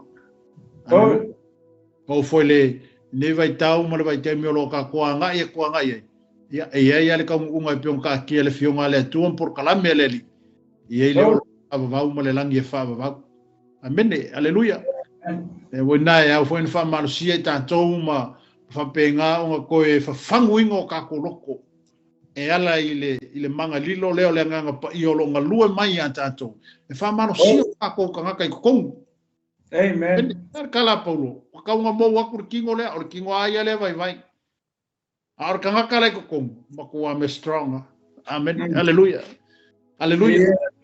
bom vai kur kingo or kingo vai a le nganga lai tuto e fa malo si aisia o lo ile manga lilo le nganga pa I lo ngalue fa malo si o le Cristiano ta to tanga to Cristiano io ka ko ku fa kas amen ele se ngose lo ku po se ngose ka le sia amen pa ko tanga to bala wine le ngal wenga le tu fai lo ka ko kiu ke ga ko ke moli ma winga so fam o le li mi mo ka ko ku fa ko e me se lo ka ko wolo ingai o le fina ngalo le ko ya ka ko le Lalolagi ia ka so mo fa ya ka ko wolo ina le fina ngalo le tu amen aleluia amen apena ona tutupu pe ka ko le Manumalo ke wiso au mai ya ka ko fita ya I mafafita le Lalolagi le nei amen o sia vai nga pe on fa so ato le tai au le nei amen le ngata le upo le ku ia kele se upo le ku ngofo ya ka ko fata mau ai ngai nai o tato nganga ta ko ke kali ko I fo I me o mai le ngata le o tato ana pongi matu ina atu ile tua mana onga tono le kale sia ko ngore ainga ia kalo fo I winga ko fo I lumo le ku sio ka ko ku amen aleluia awa mai fo ele tu la kemi ki anga pongi mo samo anga pongi amen anga pongi mo soka ko ku mo si ia kur ka ko fainga malo mo me uma kongor ka ko ku ile ko ile mo le ni aleluia le ngata le tonu ainga mo me ko kupule le Lalolagi ngi le ya se si awala tato te uia ile tu na ka kalo ama le anga pongi man fa konga ile I me o mai aleluia amen tau apolo lo sa le kemi ngi a ka ko le mau le manga o le nganga pa ia ma le musmusunga le kua ya ka ko I wanga feo le ske sha amen aleluia e fa malo sia o le tao ne ke siano ula mai aleluia fa malo si oe e ala le upo le tua aleluia a le si le me pe nga pa so ai fo le tao le nei sunga fo ya le tenu ona ka kalo amen va pele misila ke fongi mo lima ya so uma amen aleluia aleluia awa ke fai ko ya ke fongi ale si mele wa fai ma wo sor ke fongi ile keple o le ku so le bangole ka nga e ma fuka ile ko awa kolosi el kamale amen aleluia wa pela ile mapu uri mar ke fongi o le mingu ke ka mo ke fongi o le mingu ke ka mo ke fongi aleluia e fa fe la le ko le mo mai lo ka ko ma lo si mo ka ko amen aleluia se kaimi o fio kau fa sufi o e fai se kakalo I le kua pe kau se vi ingoleli amen Anga kakanya ker fungere kaya misira om. Amen. Haleluya. Abso ka inga lele ka ko male tu. E ala ilo ka ko kakano. Na ke fai loa mai e ya tau. Na ke fa alia mai me kupu. A me o me soi fuanga le nei. Ya o fa penga mai ile mana lilo le nga pa i ole tu ko kongo ka ko kangaka. Efeso songi inga ka ko so songi ro ka ko vai. Amen. Ora kingo le ka ko ye se ora kingo le vai. Amen. Haleluya. E mo kwa vai le anga kingo le ka ko ke mi ngi. Amen. A o ye fa malo sia ka ko. O le tu e so songi ro ka ko nga fa malo sia ka ko. O le kingo e ko mo wa. Al malo si anga mai nga pa iolo ngofo ko kongo ka ko lo. E le nga ka fa malo sia. Ai fa ku pula iolo ka ko la ngonga mo ka ko ngau. E yo ka ko wola Manumalo ina fina ngalo le tu yo tatu Olaga. Amen. Pe o te fa popo tu le le taia. Ya la tu le o le aso fina ngalo ia ona fa o melor ta po kala le taia nga fa lo. Ya. Lua na i mea le tope atu. Mene. Ile anapongi ona ole tataimi ya ole anapongi. Ya foi ese le fa tino ina ole anapongi le fermenga tu wai. E mawhai e tangata e tō tasi. E mawhai ngā whai fōlele as a group, as a nation. Hallelujah. E whamaungia la fōi lea i mantua lea ngā fōi o se ata wha kai fōlele ana pongi e tangata e tō tasi. Le whakaikai e su. Ngā o ia ngā pongi e rei, ngā pongi e su ma longa uso. Hallelujah. Ole si whainga hoi lea. E whainga whai hoi ana pongi pe kai peo ranga pongi nenga whai e tani elu. Yes. E ko whala ko, sataraka me sako ma apteniko makangi elu ko whala ko. Ole si ana pongi le kau fia, ole ana pongi nenga whai e seta ma saita. Hallelujah. Amen. Ta nation. Foi lea. E mo i ele ana pongi uma ia sai ko kongo o me kai persia. Nau la ko le sai ko kongo i me le mau ko kupu le ka. Hallelujah. O e seka la i si sai. Le wa ave mo fale tu o asu. O mo te kai. O le ngalue le si piko ole mau ko kupu. Hallelujah. O ia le ku mo fai ko. Le ala fa ku ia le fa o ese ka ia alu e fai ka umale ko kongo Susana ka ia i u ka ia sai ka le ngalu e kongo o le palace ku. Amen. Ai ko le plan. O le plan ia manu le fai manga o fasio kia masa i ka le ku ai provinces fo io. Amen. O ai persia. Hallelujah. O le winga la o whamtalanga foi le kusa o le whakingonga o le ana pongi. Ai whele le wha tinonga o le anga pongi foi le a kangielu ma le wari ia. E le i ai meet. Hallelujah. Pe i wainga. Amen. Amen. Nga lau pe kupu ai i meet ko e ingu le wainga. Lenga karusanga na tani elu hoi le ia ile kai le o le vaenga i vai ala ko e manga o ai moa nga fruits ma le vai ia o le simia e o le umi foi le faia o le umi le nga faia e tani elu manga wo le nga pongi le amen so ku mena ke mingi ia le wo practice la fo ira ke usiano nisi a wala amen hallelujah kasi aso fast food waso amen ole mangingo ale uming fai tani elu manga was food waso ole mela nga ole le ai me ai mama fa ho ai meat ia mai ngoinga o ai ma fo anga elo o kal konga o me ai ma meat me kain persia mo me ho eu fasia mo kupua ele kusa male tulo mare fasinga o ma moe le Israel saita ele kukusa fasinga o ma moe o le ku mare fasinga o ma moe ma mea eu kusa meia le famile kan kung sa meia le fasia mo kupua le wali. Hallelujah. Singa sai ngale ai ngale manga o ai meia. Ai ala nga fruits mo le bai. Iyo ya kasi nga wala o lesi fainga le o lesi ana pongi lo ke fia ba ko le nga pongi fo le seta. Hallelujah. O le nga pongi seta ma ko I sacrifice sai me ka o me ai ma me ai. O ia malonga ngalu kenge ai fa pe nga foi la sai ka malonga kasa. Malonga kasa ni ka kale mo te kai. Pat I ka ke lo makuma mau mo te kai ya ala nga lenga fai mo nga fingi. Hallelujah. Amen. Ula kama. Hallelujah. Ai la lenga o lenga pongi dia. Lenga fa makala umma mai sekar fainga. Le ai le ingu. Amen. Ko ai sacrifice o le umi. E ko waso. Hallelujah. E ko waso. Ai anu le ai o le hao mare po. Se mo ai la sole ya alu fu fai kula le solo winga fia. O fikus fumon ku pui kula. Le ai le ingu. Amen. O le fainga o le ana pongi ne. Pe menga le o ko fa ko ko pe ko foi ki lo ko se male manga ia. Amen. Ya ka ko. Hallelujah. Wai ia kasiale aso ele ai le inu. Ke le lopo o fai sisi le mele o le kolu aso le ai le inu. Hallelujah. Ai o le winga lo tala mo ko le fa fonga le tu. Mo fai kasiale fonga. A fa mo wi o le ko e ke. Wo o aso ko. So le mo so fi ai po Sofia ingo ngo umor ko waso pa kasiale o fonga. Mo kamo foi le kofo po le ase so se la ngonga foi le o ya pe. Hallelujah.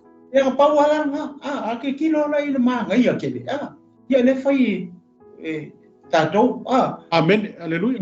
Ya ka I mo ka I lima so ya mafua mai ja mafua mai la ongore o ka ko mana onga e mele ka ke manga o le fai o le si me manga ia le ile le nga pongi le ai seka mai ka renga ika mai e fa alua le lenga ka penga seka ia ka mafukanga mor ka le ika. Amen. Hallelujah. Manga o la se aka mo ka ko e fa mai ka fa fanga ka le ika mai oi. Amen. Ma e lua le ka mafukanga ka penga seka o la nga pongi. Amen. Mo pongi ko paso ai lua ka mafukanga le nga saun ai ya suel ia mai la mas kamanga mai I ka mafuka ia uma ko o le sia so ko pa ko fio mai ai le lore kupu le me ke le plan le lidia inga ia o ki sa ba Hallelujah. E seka moronga mu vai la wala nga uia ko le me pero winga no kara o le alofa Hallelujah. o le alofa o le nga pongi o le alofa fa fanga e kamai mai mo fini le o mai Isaia kaka makiwa mai fi ai Amen. pe o sia ura le ko fa poku pasta o kaka ile ese senga o fainga ma le fucking ia fa tai la o ke sia o le mana mo mai ka Amen. Hallelujah. la le o el fainga ke fa ai quando me ka o be honest. Yes. Nanga le ka ke fa ai le ku Hallelujah. Amen. Amen. Yeah, foi ko kasi foi as a group. Ia o foi malo foi kua, vai manga ia. Hallelujah. Kasi foi. Ia pore wale foi lá foi ekaresia. Hallelujah. Amen. Ia foi isi ekaresia. Le o umanga fa ka ko ana pongi ai. Ia pe wale to e so ngi ku pasta o ka kai. Vi ele tu mak ngo fi ke ngi kau. Ele tai fo le tai au fa so fo la sungal toina manato ni se foi na vaenga wale pe ona fa fonga mo to fa manato mal taone moni lava ese uma lava ia to inga an pongi amene pe foi no fam tala mal taone la an pongi a sekta ia ngam ka pongi ma sio foi inga ia fa ola inga longa mo ka haka amen amen mai awala se ma awala le ia nga saungia ha manu e whapenga o whaumakia ai more te kaima pasauta. Amen. A le nga pongi le nga makua ko i ele whaku ma le loko e whai ila. Amen. Ele i whapea nga whisilingia e more te kaia se upu nga whisilia ia e seka pea pa o le mea nga whaalongo more te kai o le mea mai ia e seka. Aleluia. Aisea e malama le i e seka kongo le maokara kupula iai. Amen. Ngana fisoka i mai ai o le anga pongi le whai e sale mea lea e lei ko whisilingia. Aleluia. Ana tuu whakasi o la ko loko mo la ko anga pongi whakasi le ale mea nga kulai mai. Kali lea. Aleluia. Amen. Mangai mo se mea e loko e kasi se me fai. Kasi le loko ke lele me happen. Ia, ia le tua. Aleluia. Ai pole ale ma le lau le ka ko le foi ga po kala merkai au ngi. Ai ese uma loko. Ele ma foi nga malele lunga le lau ese loko. Aleluia. Aleluia. Ai kasi loko. Ele fai ngo fie anga si. Amen. Aisha, awa ese loko. Ale se ilu, ale se o Milan. Amen. E fa penga o mala le anga pongi le anga fatino e se taya Isara eluma morete kai. Amen. Le loko kanga. Aleluia. Kasi ale loko happen. Amen. Kasi ale loko alwa hit le. Aleluia. Lema se koe fa pe e la koe poloka. Ai se ma foi vea inga wa kasi loko maku fa kasi. Amen. Reverse le kua ia. Amen. Ia le anga plan. Hallelujah. Amen. Yes. Amen. Ai peole te toi ko e kala ngo ko ngale tai au nei ala ko na tatu talo noina. Ola Manumalo ina ke riso. Te au ma ko pa ya ko foi male. Sunga le to ina ya le tunu. Ya. E o ka ko wola Manumalo ingo ke riso ka ko wola Manumalo ko iso ya so uma. Aso uma lo soi fua malo wola. O lu tau mo fainga ta e o mai. Ya, awa ke alo e fa fika hauti. Amen. Le si foi mea ngai e ko foi ngai foi lo fa ko kua malo ke siang. O lo so mai lu e ko mo fa fika hauti. Amen. Le fa peva ko lo fa fika hauti ke lo ke fa ngai me ilo la ia le ai fa alu fa fika hauti. Hallelujah. Ben. Ai lo mongia o ke siang o ame o mai. Ie fa sanga ia ma me o mai. Hallelujah. Pe se singo ko alo I mea wo o mai le Lalolagi le nei. Ai fa mausaliina lo talitonunga. Mai fa mausaliina lo tulanga I te Manumalo I nei ke riso lo soi fua malo ola. Amen. Ine fa na ona fia mai le kua ya kako. Hallelujah. Pe ole. Mata upuna nei tai ao ma le toi tu fatu ya te o il tai ao le nei. Ia tato mautinoa. Ia tato wola Manumalo ina ke riso lo soi fua malo ola. Le se koe mea tauna whamanato ia te oile tai aole nei. O oi o le kusi whai kaua le Lalolagi. Amene. O loke iano o oi o le tusi whai tau o tangata. Amene. Mai ke le kau mai kau e kangaka ngi upor kusi pa ia. O isi kangaka. Ai mai kau e kangaka oi. Aleluia. E fesili tangata ia te oi o la kali o le akua, oi o la fingi o le akua, oi o le kirisiango. Amene. E fuala lo kirisiango I o winga. Maukala ma mea umai ke whaia. Amen. E loa I oe. E le whapea la kolo konferensanga e liu ke siango e lona I le konferensanga.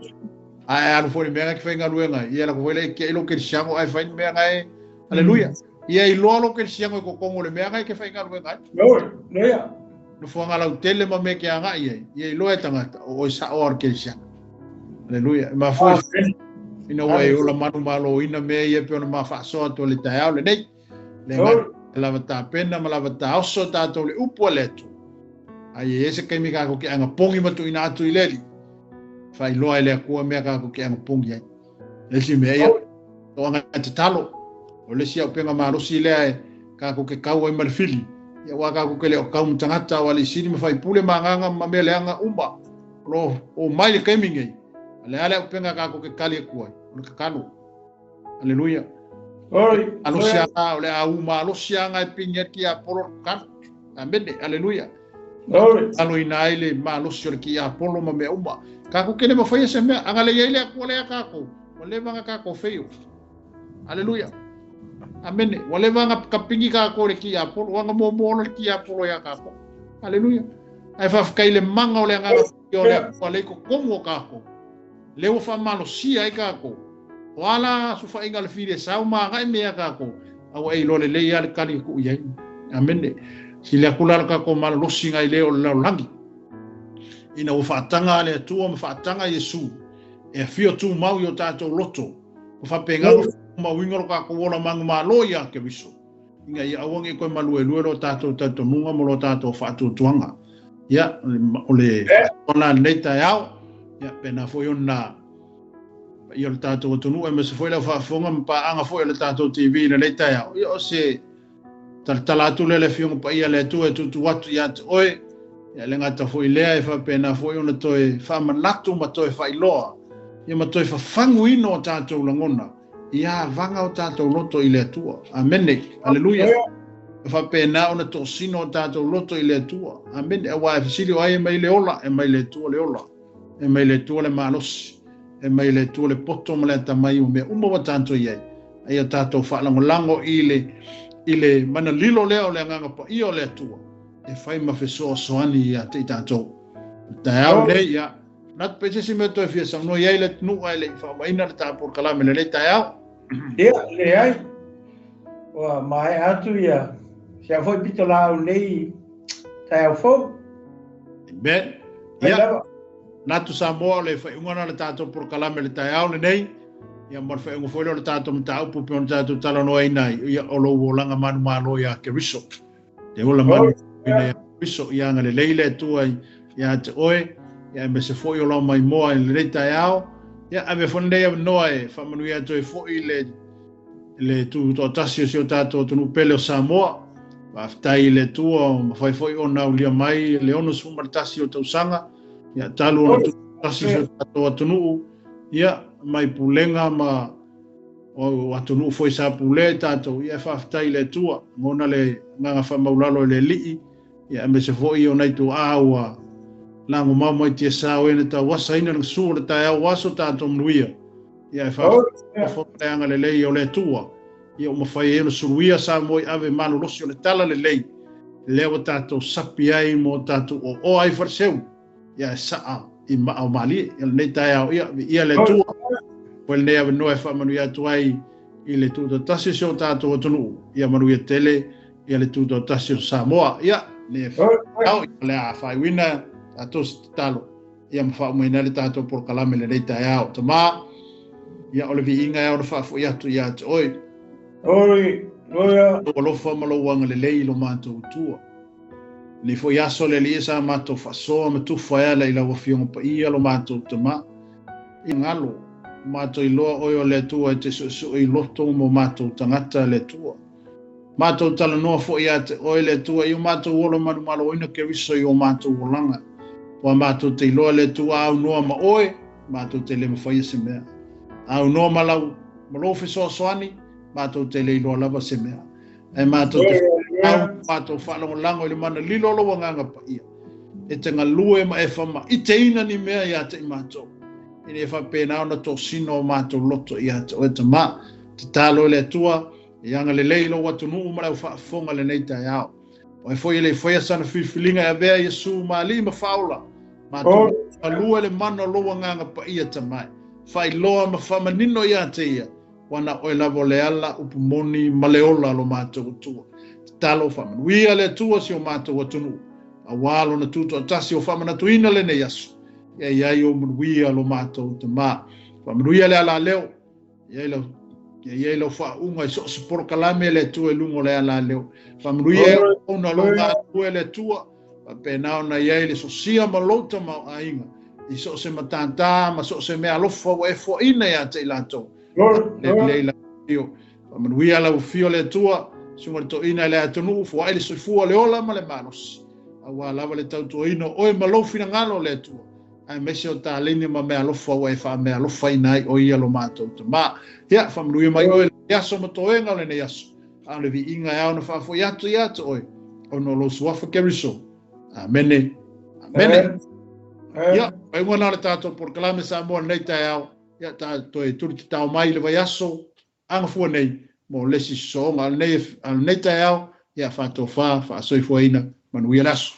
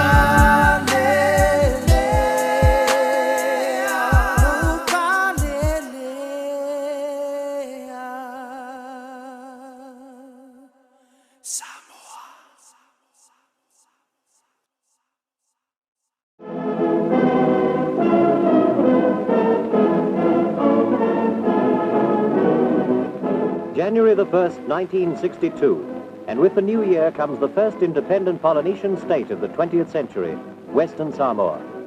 His Highness Prince Tungi of Tonga arrives at Apia to take part in the celebrations and is greeted by the Prime Minister, Mataafa.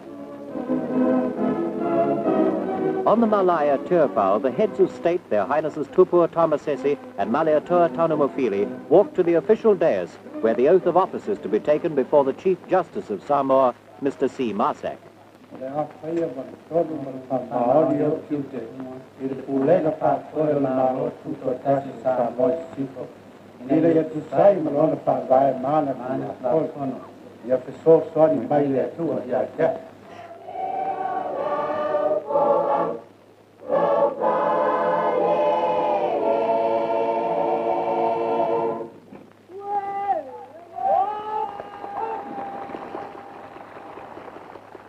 Now, on behalf of the head of state, and with a full sense of the historic meaning of my act, I formally declare open the first session of the first Parliament of the independent state of Western Samoa. So it for.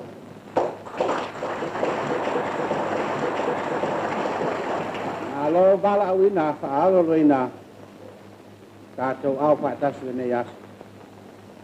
Le mamalu ol kono fai tu la kono. Yes, so it for.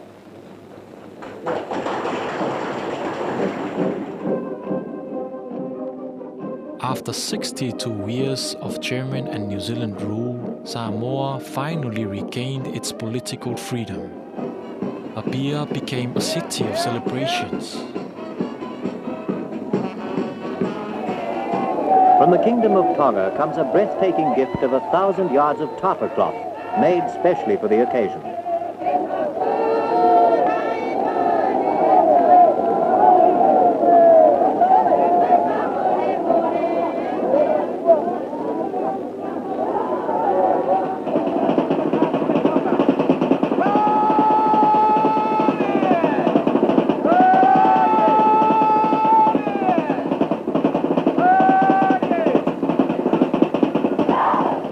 Orators thanked our leaders and ancestors for years of patience and carefully weighed decisions that had made this day possible. Pastors gave thanks to God for the spiritual guidance and wisdom of our leaders and cautioned all citizens to remain true to the country's motto: Samoa is founded on God.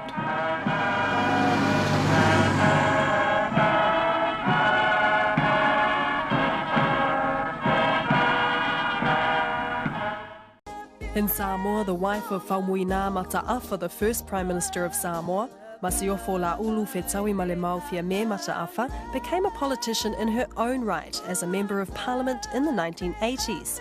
She was Consulate General to New Zealand and also the first Samoan female scholarship to New Zealand. I was spoiled because I grew up in that political environment, you know, and I suppose I always know I would end up in Parliament, you know. I was interested in politics. One of Taui's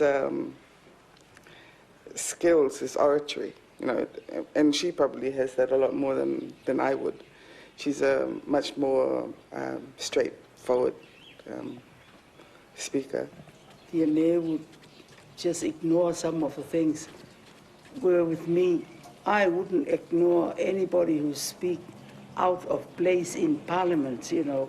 And as a Matai, I would get up and say, that was out of order. I almost say your parents should teach you how to.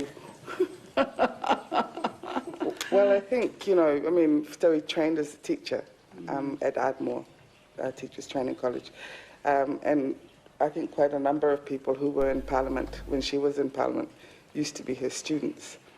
And I think they always had that sort of relationship with her. You know, once they saw Ftaui, they didn't necessarily see her as another representative or a whaipule. They saw her as their teacher. And she was constantly telling them off.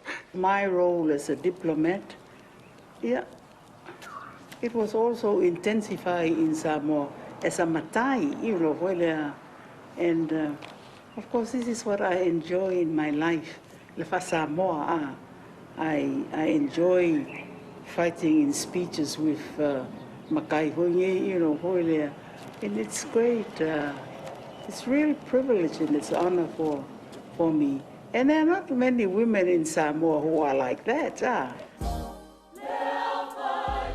Masiofo Laulu Fetawi's work advocating the status of Samoan women is a legacy that her daughter has continued, following in her footsteps as a Matai elected to government.